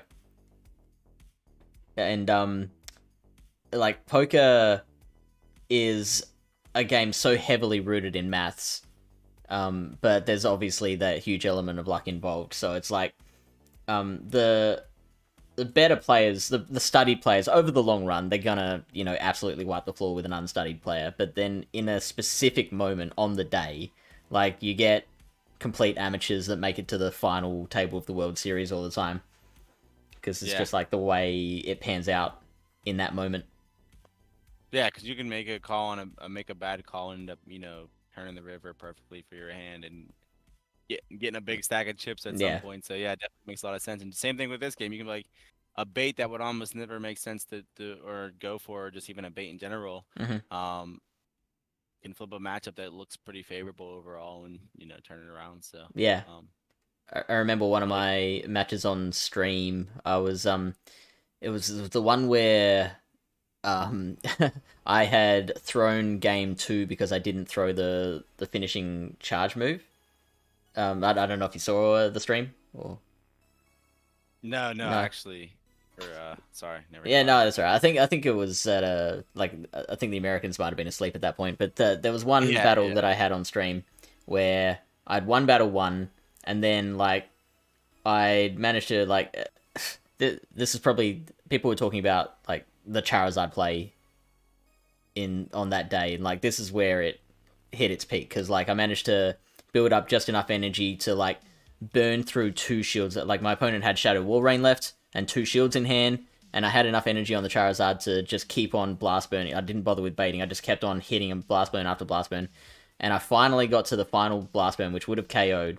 But I was like, okay, they're gonna try and catch, so I held off from throwing the move, and I held off too long, and they farmed me down with Powder Snows. So completely threw that one, right?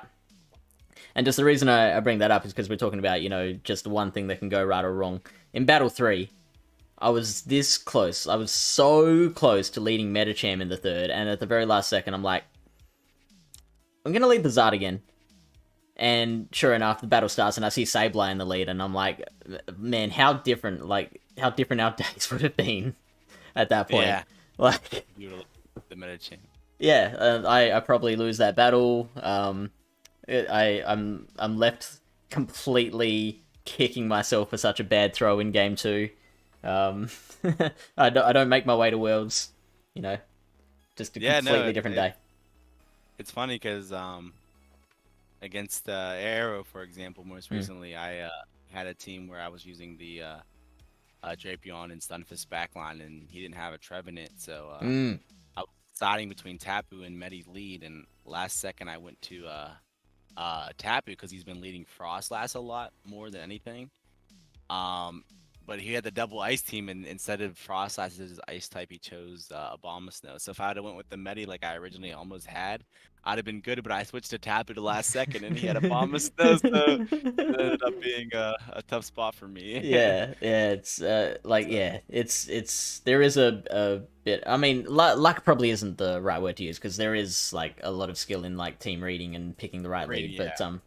But like if it's so easy for something to not go your way and then completely undo the rest of your tournament. Yeah, but I mean, it's so hard because like you can. I mean, it's still enough luck because like I mean I know you're saying like it's. I guess I get what you're saying with not being the right word, but so many people look at the matchups and read matchups so differently. So like you could only like predict like, oh, this is so strong, like it's likely to be the lead here, but some people might think like, oh, it's a good lead, so I'm gonna lead it and just try to find my best matchup right off the bat, or it's such a good pick, so I'm gonna save swap it, or it's such a good pick that I'm trying to bait out at its best counter by save swapping something else that's gonna likely bait that out. So like, despite something being able to read like, oh, it's gonna be the best pick, it's gonna be here. I'm trying to predict where it's gonna be in the lead, in the back as a save swap. It's like really hard sometimes to try to figure out. So. Yeah, for sure. Alright, so we were bringing up before the Girafarig versus a Rangaroo and kind of what differences that has. Baiting on or off, you reckon? I feel like that's the hard part. I feel like I guess those ones are just so. Maybe that's why I guess it just helps is the ability for those like Fang baits maybe. So Okay, so I we'll guess put it on. maybe. I'll turn it Or, off. I Alright, was gonna we'll go see one if of each. they're off. Yeah, we'll Well, see. Yeah. So If with they're off, baiting on, yeah. I mean, yeah, it's coming up with a lot more wins for Giraffe Rig. Orangaroo gains Ampharos, Clefable, Swoobat is a big one. Wigglytuff is pretty big. It beats the Giraffe Rig. And Celio is pretty big. Losing to Arcanine, Charjabug, Dugong, Hippowdon, Jumpluff, Litleo, Sandslash, Talonflame, and Zangoose. So there's a few big metal ones there. A Dugong and Jumpluff. Dugong and Jumpluff definitely the biggest. Charjabug also something worth looking at. Gaining Celio is a big one. Yeah. And gaining Swoobat as well. No, this was with the baiting, right? That was with baiting, yeah. So if we turn off baiting, It probably gets a lot favorable for a ring. that's not much different. Okay. Wow. Actually, that doesn't look any different. What? No, not at all, really. Yeah. Wow. Okay. I guess the baiting isn't that huge of a deal. Yeah. It's like, Average 510, average 446, 466. Sorry. Yeah, and those averages are different. So. Yeah, there you go. So it looks like Giraffe Rig is the better way to go. I mean, well, not necessarily, depending on what you're aiming for. I mean, that foul play is, like, you can't really replace that foul play. Hate says... Yeah, go on. Always. I was going to say, it says Orangaroo does have, like, a 300 overall stat product higher, though. Yeah, right. And, Is something yeah, we were talking about the importance of bulk, so... I mean, you could... There's room to fit multiple Pokemon of the same kind of role in your squad. Yeah. Yeah. Yeah, they definitely all, I mean, they're definitely a little bit of a different purpose for sure. With they can power a lot more things with the Psychic Fangs and those other Pokemon. Yeah, yeah. Like, which could be a little bit nice to have for some of the other Psychic types if you get in that situation as well. Yeah, for sure. Hey, we did mention Arcanine, and I'm liking Arcanine. Yeah, I was ranked pretty high, yeah. Especially, I guess I always forget it does have the Psychic Fangs. Another also potential to have the like interesting of the different charge moves with Crunch for some of the Psychic types maybe. I'm not sure if it says to just go for the fast move pressure with Fire Fang. I'm not sure if Snarl can have any play with the ability to get to wild charges really fast and even like crunches for some of those Psychic types. I feel like you need Fire Fang for Jumpluff and Galvantula. Yeah. To a lesser extent, Beedrill, because I'm sure like a Wild Charge will KO a Beedrill either way. Right. Yeah, but yeah, I guess the goal is with that is to try to catch them safe swap and something weak to fire and just power through them and start threatening with charges. So Hate suggested return Giraffe Rig, and looks like that's only a negative. It's losing Dugong, losing Litleo, losing Orangaroo, losing Sandslash, losing Talonflame. It's not gaining anything. Yeah. You would think a stab return might help. What about the zeros? I feel like return... I don't know if this makes sense to anyone else, but for me, thematically, I feel like return should be, like, typeless. Like struggle. Okay. Yeah, Is that weird? That makes a lot of... No, I get what you're saying, because it's not like... Yeah. It's Wait, weird seeing someone get, like, stab return. Yeah. I didn't even know struggle was typeless. Yeah, struggle's typeless. I don't know about in Go. Is struggle in Go? Oh. I think something has it, doesn't it? Like, or maybe not actually. I swear that's a move and go. I might be thinking of something else. Splash? Struggle bug. I was thinking of struggle bug. So I'm wrong. That's a different move. Yeah, no. I think maybe it's splash that you're thinking of. Maybe Splash too. Yeah. No damage, but 3 EPT. Yeah, that's a bad move. Oh, I missed this message from Gonzalo Rojas, who says any Dustox fan in fans in chat. Yeah, We've mentioned Dustox, yeah. Being just very, very tanky. Noticing it doesn't only get to the 1300 CP range, but even at that range has extremely high stat product once again, over the 2000 mark. So, but it has to be a hundo. Yeah, and stuff that it also once again with the poison subtyping loses to the other confusion users mainly. But if you want to go back to any other picks that we might have talked about, you'll have to re-watch the VOD when we come off air. Random evolution is not fun. Oh, the Dustox? Yeah. Oh, yeah, of course. Yeah, you get a hundo and you're like, oh no, please, please, please, please, please, please. Beautifly, fuck. That was terrible. I think I do have a hundo Dustox. Oh, wow. Yeah. Maybe you have to try it out. Yeah, who needs Stardust?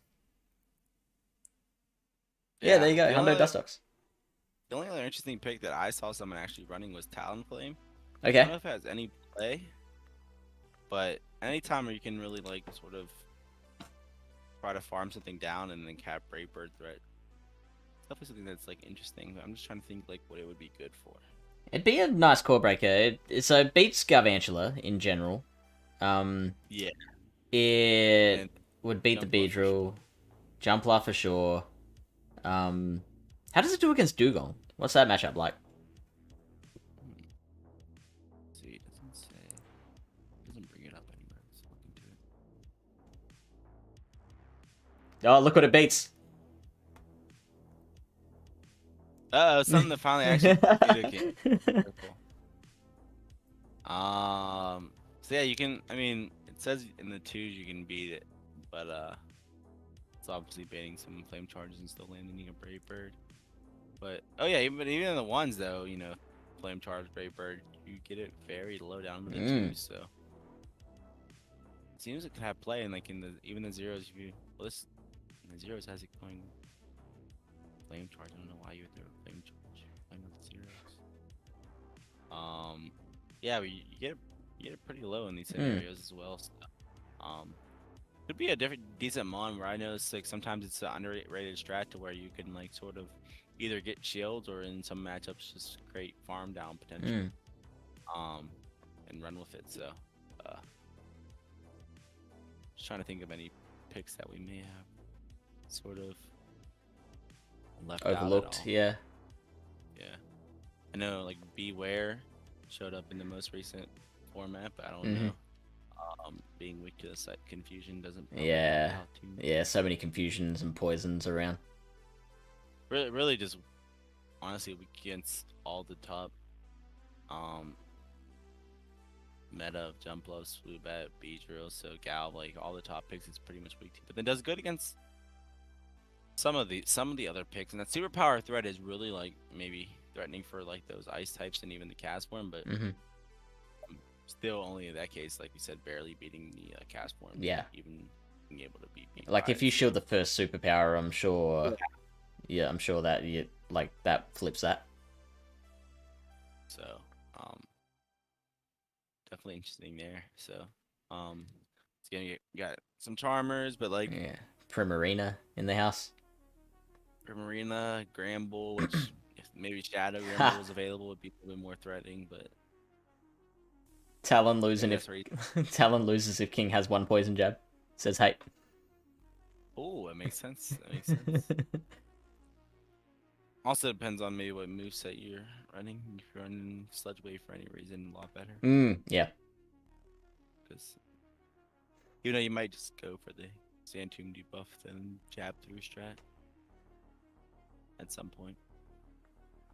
So I feel like because we do these complete breakdowns and then I record like a 5-minute TLDR version of these. So I'm trying to think about how to summarize the meta in a quick fire vid. So, and I'm thinking of doing it by move type.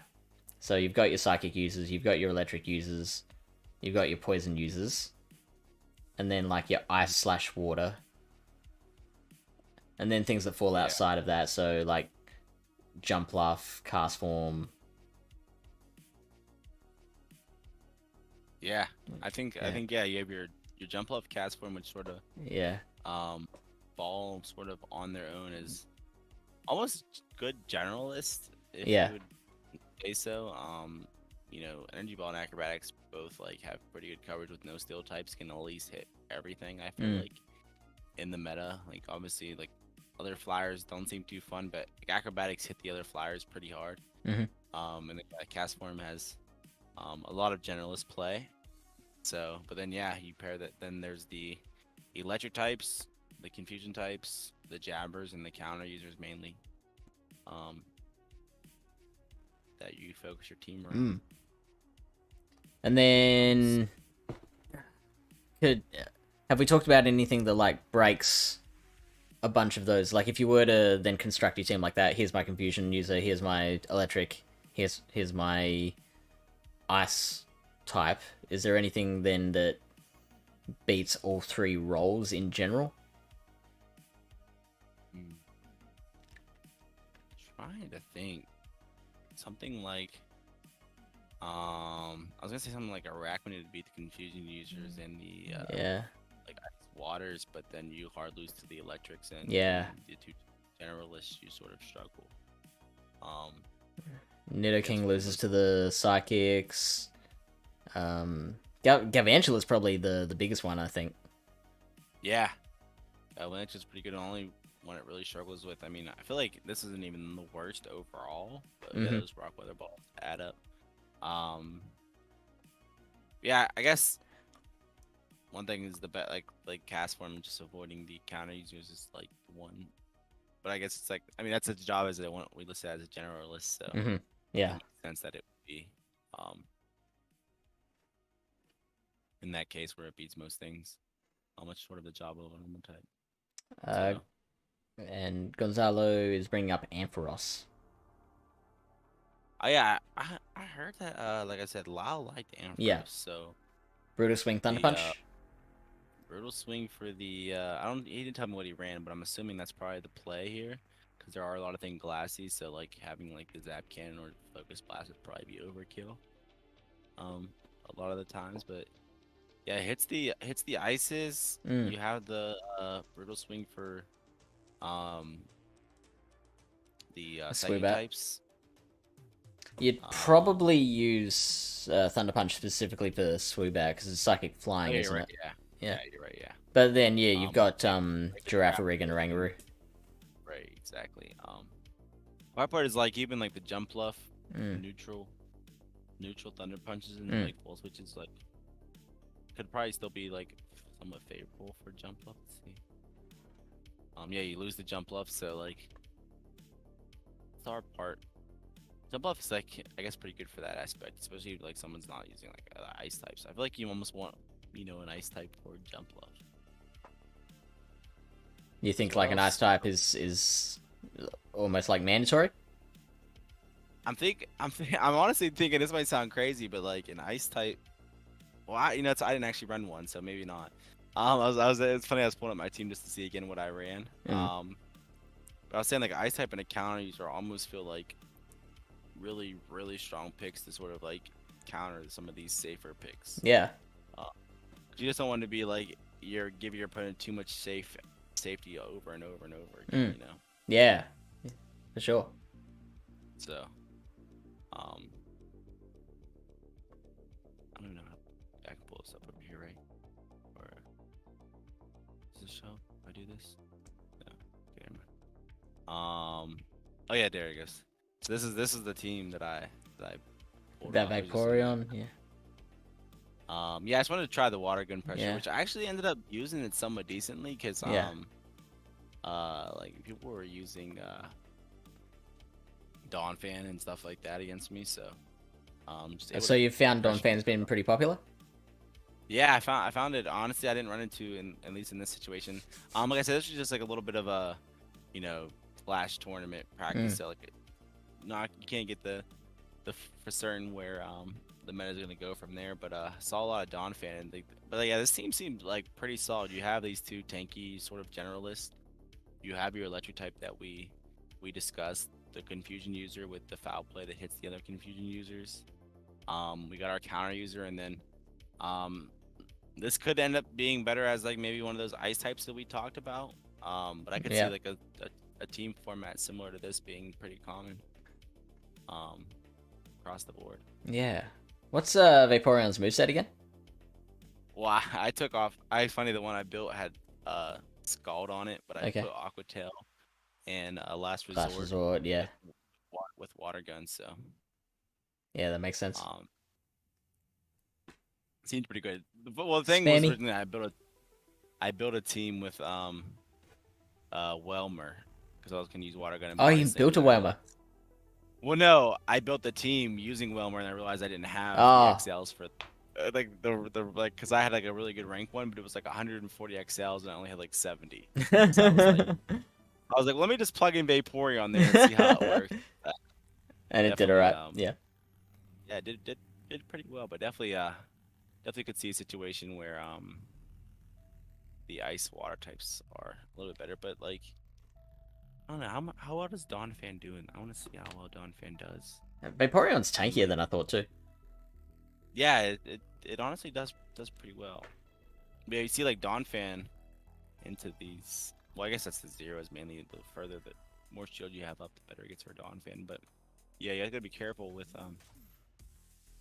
Dawn Fan taking just the same, doing super effective to the ice water types, but also taking super effective right back. So um, maybe not what you want to see from your counter user if Mm. the ice types get popular. Yeah. Um, I don't think we've talked much about Superior, have we? No, the only thing I mentioned in that was with the chestnut, where I said anytime having a frenzy plant as your move is pretty Yeah. good. It hits pretty hard. Then I said something about the leaf tornado ability.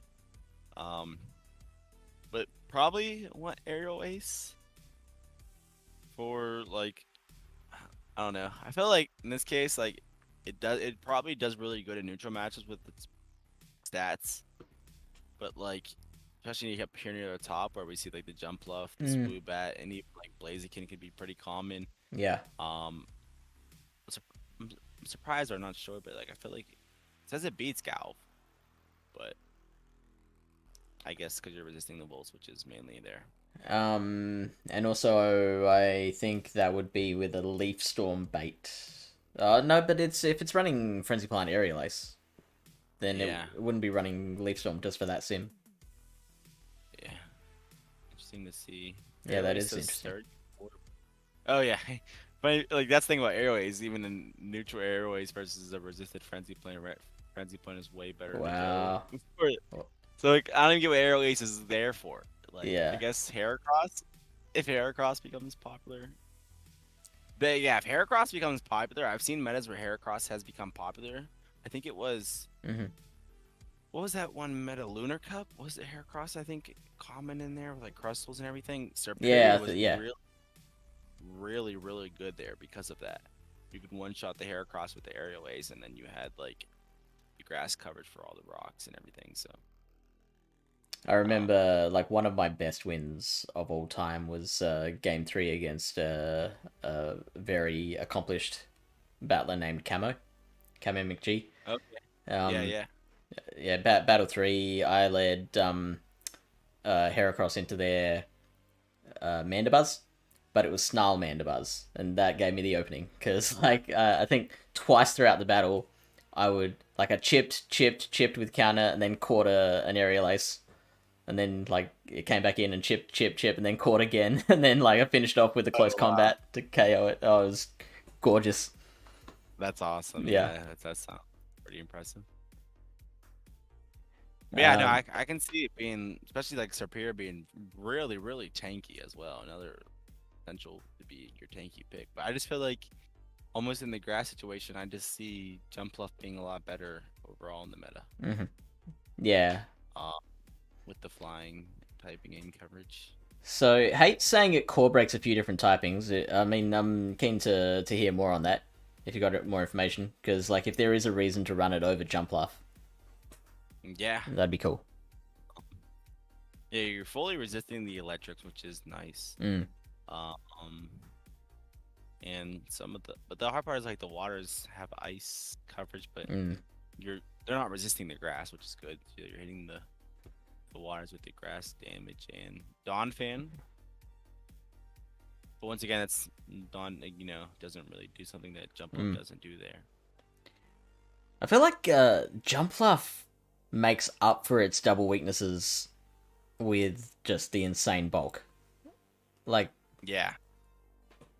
I don't think you necessarily mind that it's double weak to ice because it can, like, wasn't there a while where everyone was running it as a switch because it could beat Wall Rain with like a couple of Fairy Winds of Energy or something ridiculous like that? Maybe probably like a Shadow probably takes it out like one energy ball or something crazy. Something dumb like that. Yeah, it was nuts. I was just looking at the Dugong matchup, like see it's supposed to be like say swapping, like sort of do that.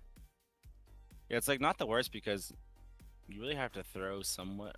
Well, you can farm up a little bit more, but you don't get to come out with too much energy here, and like no, an energy ball does do over half, so they can't let you get to a second one, without threat of getting KO'd. So even having those ice and I guess Celio might be a little bit worse because Powder Snow is a harder hitting fast move, but I was actually surprised to see that a one cycle of Icy Wind was enough to KO the Jump Luff. I thought it'd survive that. Yeah. I guess the double super effectiveness does a lot there. It does more than I thought. Yeah, that's 52, and then I'm surprised. Wait, yeah, that's so each ice shard does 8.4%. So yeah, okay, pretty good, decent chunk from ice shard. So. Yeah. There. Could I don't know if maximizing it helps at all because Jump Luff can get a little bit XL potentially, but if anything, just gives them more. Gives them an extra ice shard, yeah. Yeah. So. I mean, if you come out with a bit of energy, I guess some energy and a shield, you could probably get off a second energy ball. Or even not with energy. If you just have a shield, you can get off a second energy ball. Yeah. Yeah, the ones you can get off. Yeah. Second energy ball. Yeah, they have the shield, or else reach the point where it would KO. And they still have to throw into you. They can't really like ice shard you down. So that's good. You can play around that. I mean, long story short, like I'm still thinking Jump Luff better than Superior as a grass type. Yeah. But yeah, if there's any reason like you're a little bit more afraid of the ice types, like you can maybe go to the Superior. Yeah. Because I think like Superior would, I think in that case maybe beat Dugong. Yeah, so Superior actually does beat Dugong, so that's the main flip, I guess. Is the Superior would beat Dugong and let's see, and Celio. So I guess that's the main case. Is it you don't have the double super effective damage? Yeah. Superior beats it. Yeah, Jump Luff stats are a lot. Even I always looked at Superior really tanky, but Jump Luff stats are just a level above. Incredible. I think it's Is it more than Umbreon? I think. No. Okay, never mind. But yeah, like I like the way we looked into it though, because like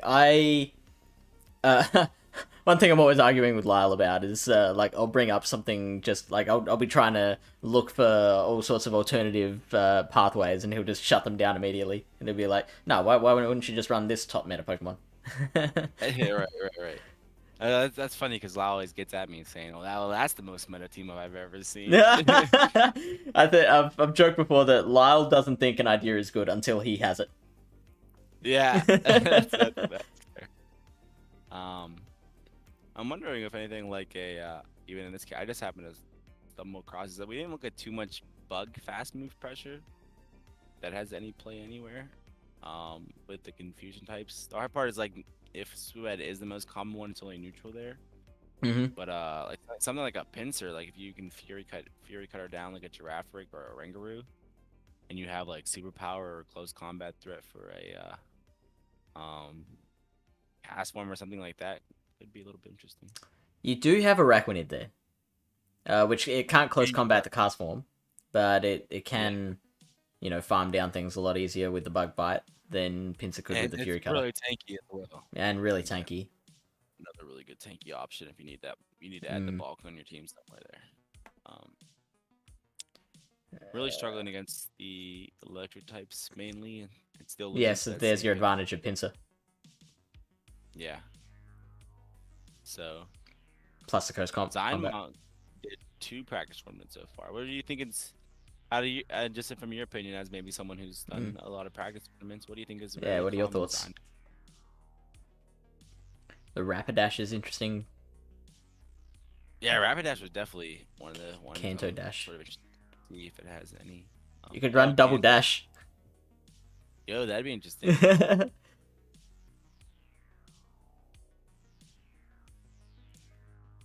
Quilladin, Typhlosion with Incinerate, Blast Burn, Solar Beam. I've always loved Typhlosion as a safe switch in like Ultra Premier.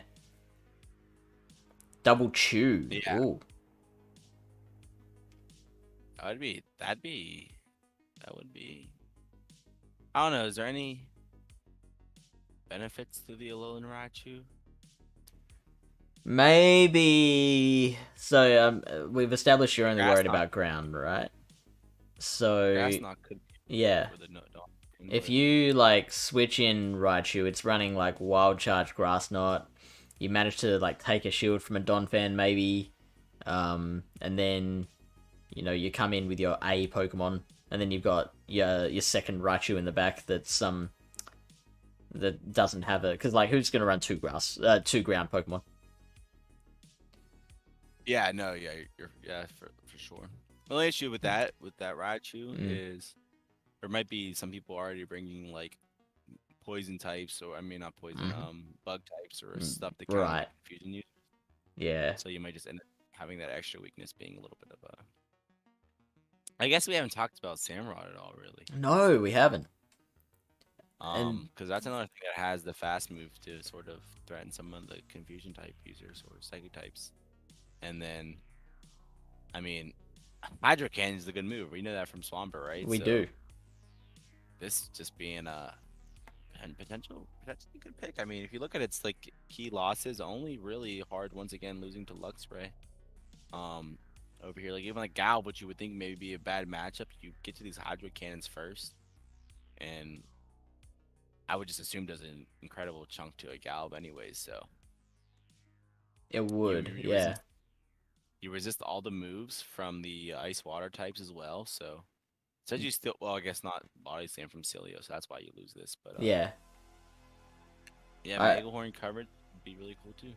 I had one matchup during Ionic where twice my opponent safe switched into Samurott. My Electron was Dedenne, and if I had reacted quick enough, then I would have been fine. But because I was a bit too slow on the counter switch, they managed to,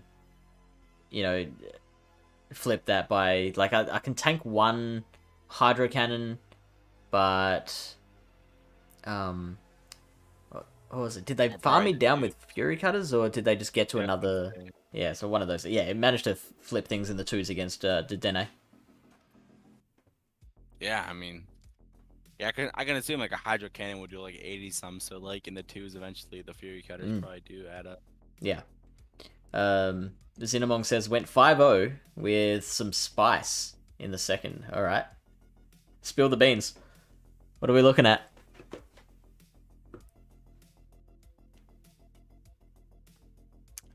I guess another interesting Yeah, go on. jab user as well would even be the Sneasel. I don't know. Yeah, I don't know about Sneasel. But just I'd just be terrified to use it because 2 confusion's gonna get rid of it. So. Oh, well, good news, you say. You came at the perfect moment, which is 2 hours 15 into the stream.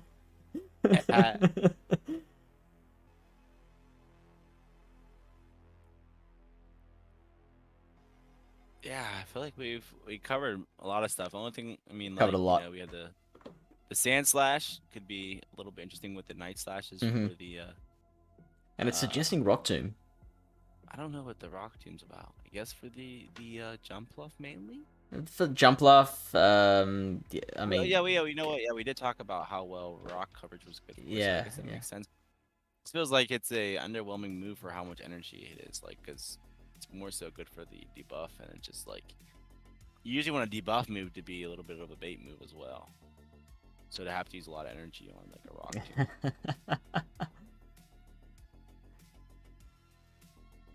You saying don't hide this VOD. I'm looking for the Spice all shadow I can run. Well, no shadows allowed, unfortunately. But the VOD will be up on the Pallet Town YouTube channel. So you can check that out. So Zymog ran double electric. He ran the Superior. You've got Superior twice, yeah. And then that's Spice. Oh.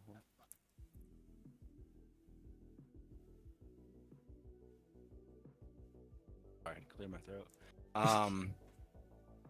Got the cast form. So, yeah. The cast form, which once again I feel like that's the first thing I'm adding to my team no matter what. Like every week. Just build your team around the cast form.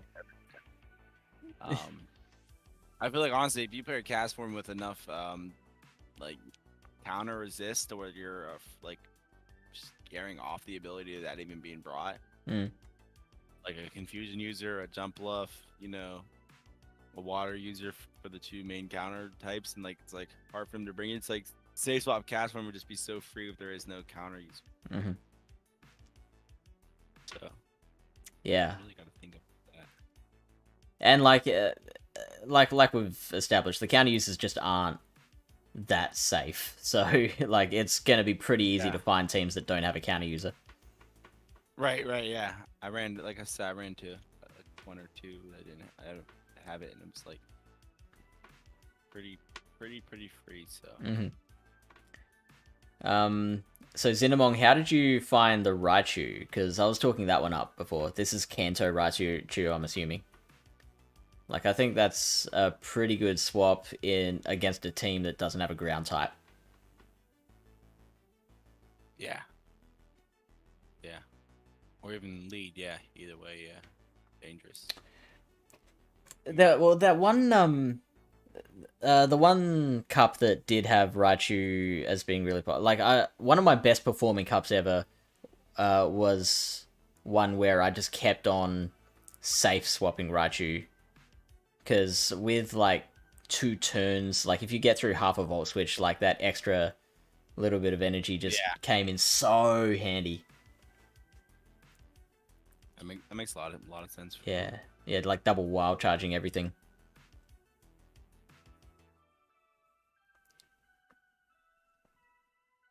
Trying to think. I'm guessing it probably was Commander Cup. I just remember it being so good. Probably, yeah. So, what I don't know that, because there's like that Hypno in that cup, which is really annoying for it. Hypno. One thing that it's not in this cup. Yeah. So you can tank the wild charge. Out charge and head. Yeah, that's the reason I sort of liked it in the lead, was because you can always that's fair. Spot and then head out. And then once you get shields early in a lot of matchups, it's like sometimes hard to stop things from like running away with the game. I did so well in Psychic Cup when I in the last few days when I brought Alolan Raichu back into my team as the lead. It was Alolan Raichu, Malamar, and G-King. And what I did against Malamar leads was I built up 5 five volt switches. I'd shield the first foul play, 5 volt switches, and then wild charge. And they would always think that I'm trying to thunder punch bait. So Yeah. like it would always go through. And then I'd always switch straight away, and because after that charge move, they would get to the 10th Psycho Cut for their next foul play, so they'd always throw straight away, and I'd catch it on my own Malamar as well, so like I got so many quits after that. Yeah, that's nice. Yeah. Yeah, I like the Psychic Cup too. Yeah. We talked about the Galarian Rapidash here too. Yeah. The Psychic. Man, it was good. Also, I don't know if we talked about Zangoose much, but No, we haven't. because we talked about Beware with the Shadow Claw, but like being not useful because it also is a fighting type, taking effect from the infusions. But Zangoose Shadow Does Claw not. could be pretty good for the see beats Spoobat, and look, even shows it as a win for cast form. I know it's a little bit Yeah. not, but, Okay. I'm sure at close combat probably 86, so with Shadow Claws doesn't really do it, but I guess How much does a Shadow Claw do? 1.4. So I mean, oh, what's that? So like you said the So, close like, in combat the does one- 86%? Yeah, so in the ones it says that like I guess the Shadow Claws do add up enough after giving up a shield. Yeah, because you've only got to make up 14%, right? So that's 10 Shadow Claws, right? Yeah. So, which is 12 to 2 close combats or 11 to a Night Slash in a close combat. So, the hard part is like even a Rock Weather Ball does almost 40% to a Zangoose. Yeah, so that's bad. if you do close combat yourself, it's threatening a lot more, and plus the tackles get you. Look, the tackles already have you down towards the yellow. So once again, So that's a closer. yeah, definitely a closer. You get shield. Yeah, if you have shield down, and a small little bit of chip onto the cast form at some point or something like that can maybe sweep through a lot of it, but just maybe a little bit too glassy as well there. Yeah.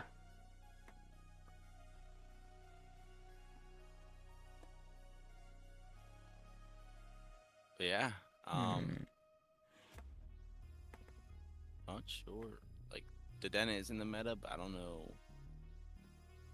We talked about it a little bit, but I don't know how well.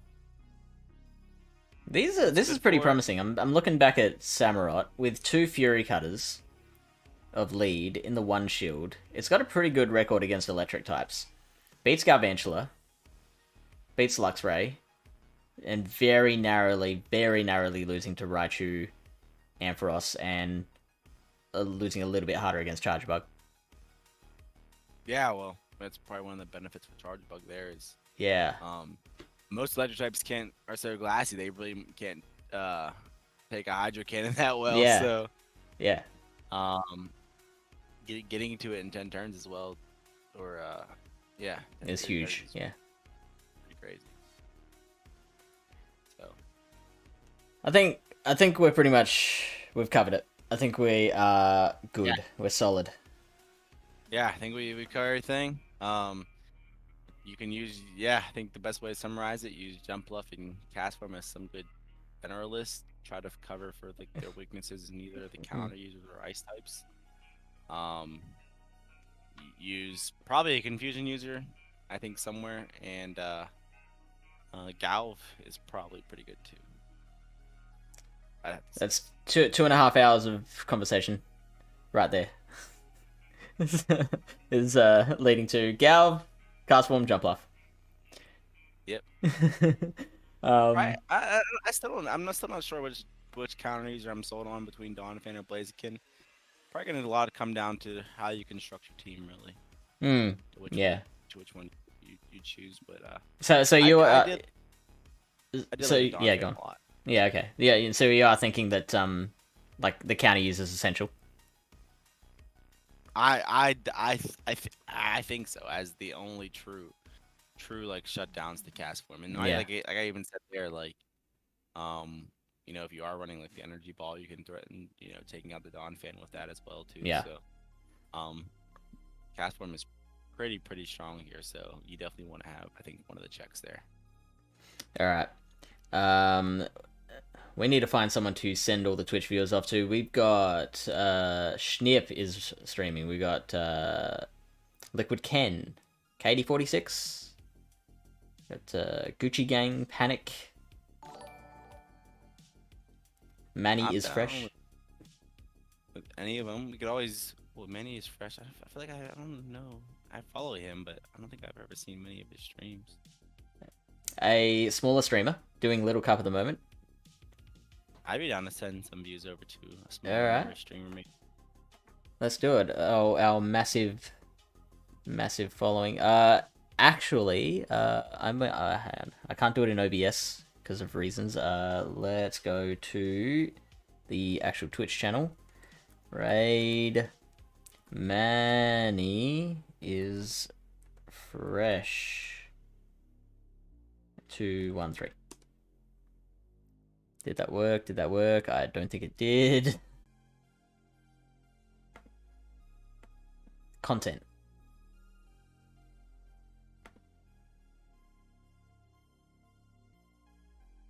Excellent. Clicked on the stream.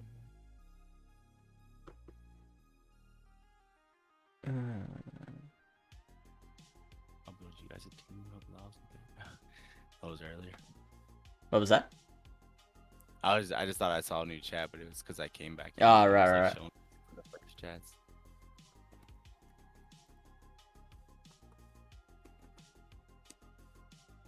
Okay, here we go. Raid is online.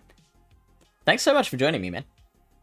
Hey, no, thank you so much, and so apologize for being late. The latest there, it's all good. Absolutely fine. There some issues, but glad we were able to cover this, and yeah, I think we had a lot of good discussion, a lot of good content, and probably one of the most prepared metas I'm ready for, because I don't know if I ever personally even dug this deep into a meta myself. Right? So yeah, that's what it was funny. Like when I started doing these with Lyle, after a couple, he was like starting to bring it up to me, like, when are we doing the meta? Because like like it's really helpful being able to like dig this deep into these metas.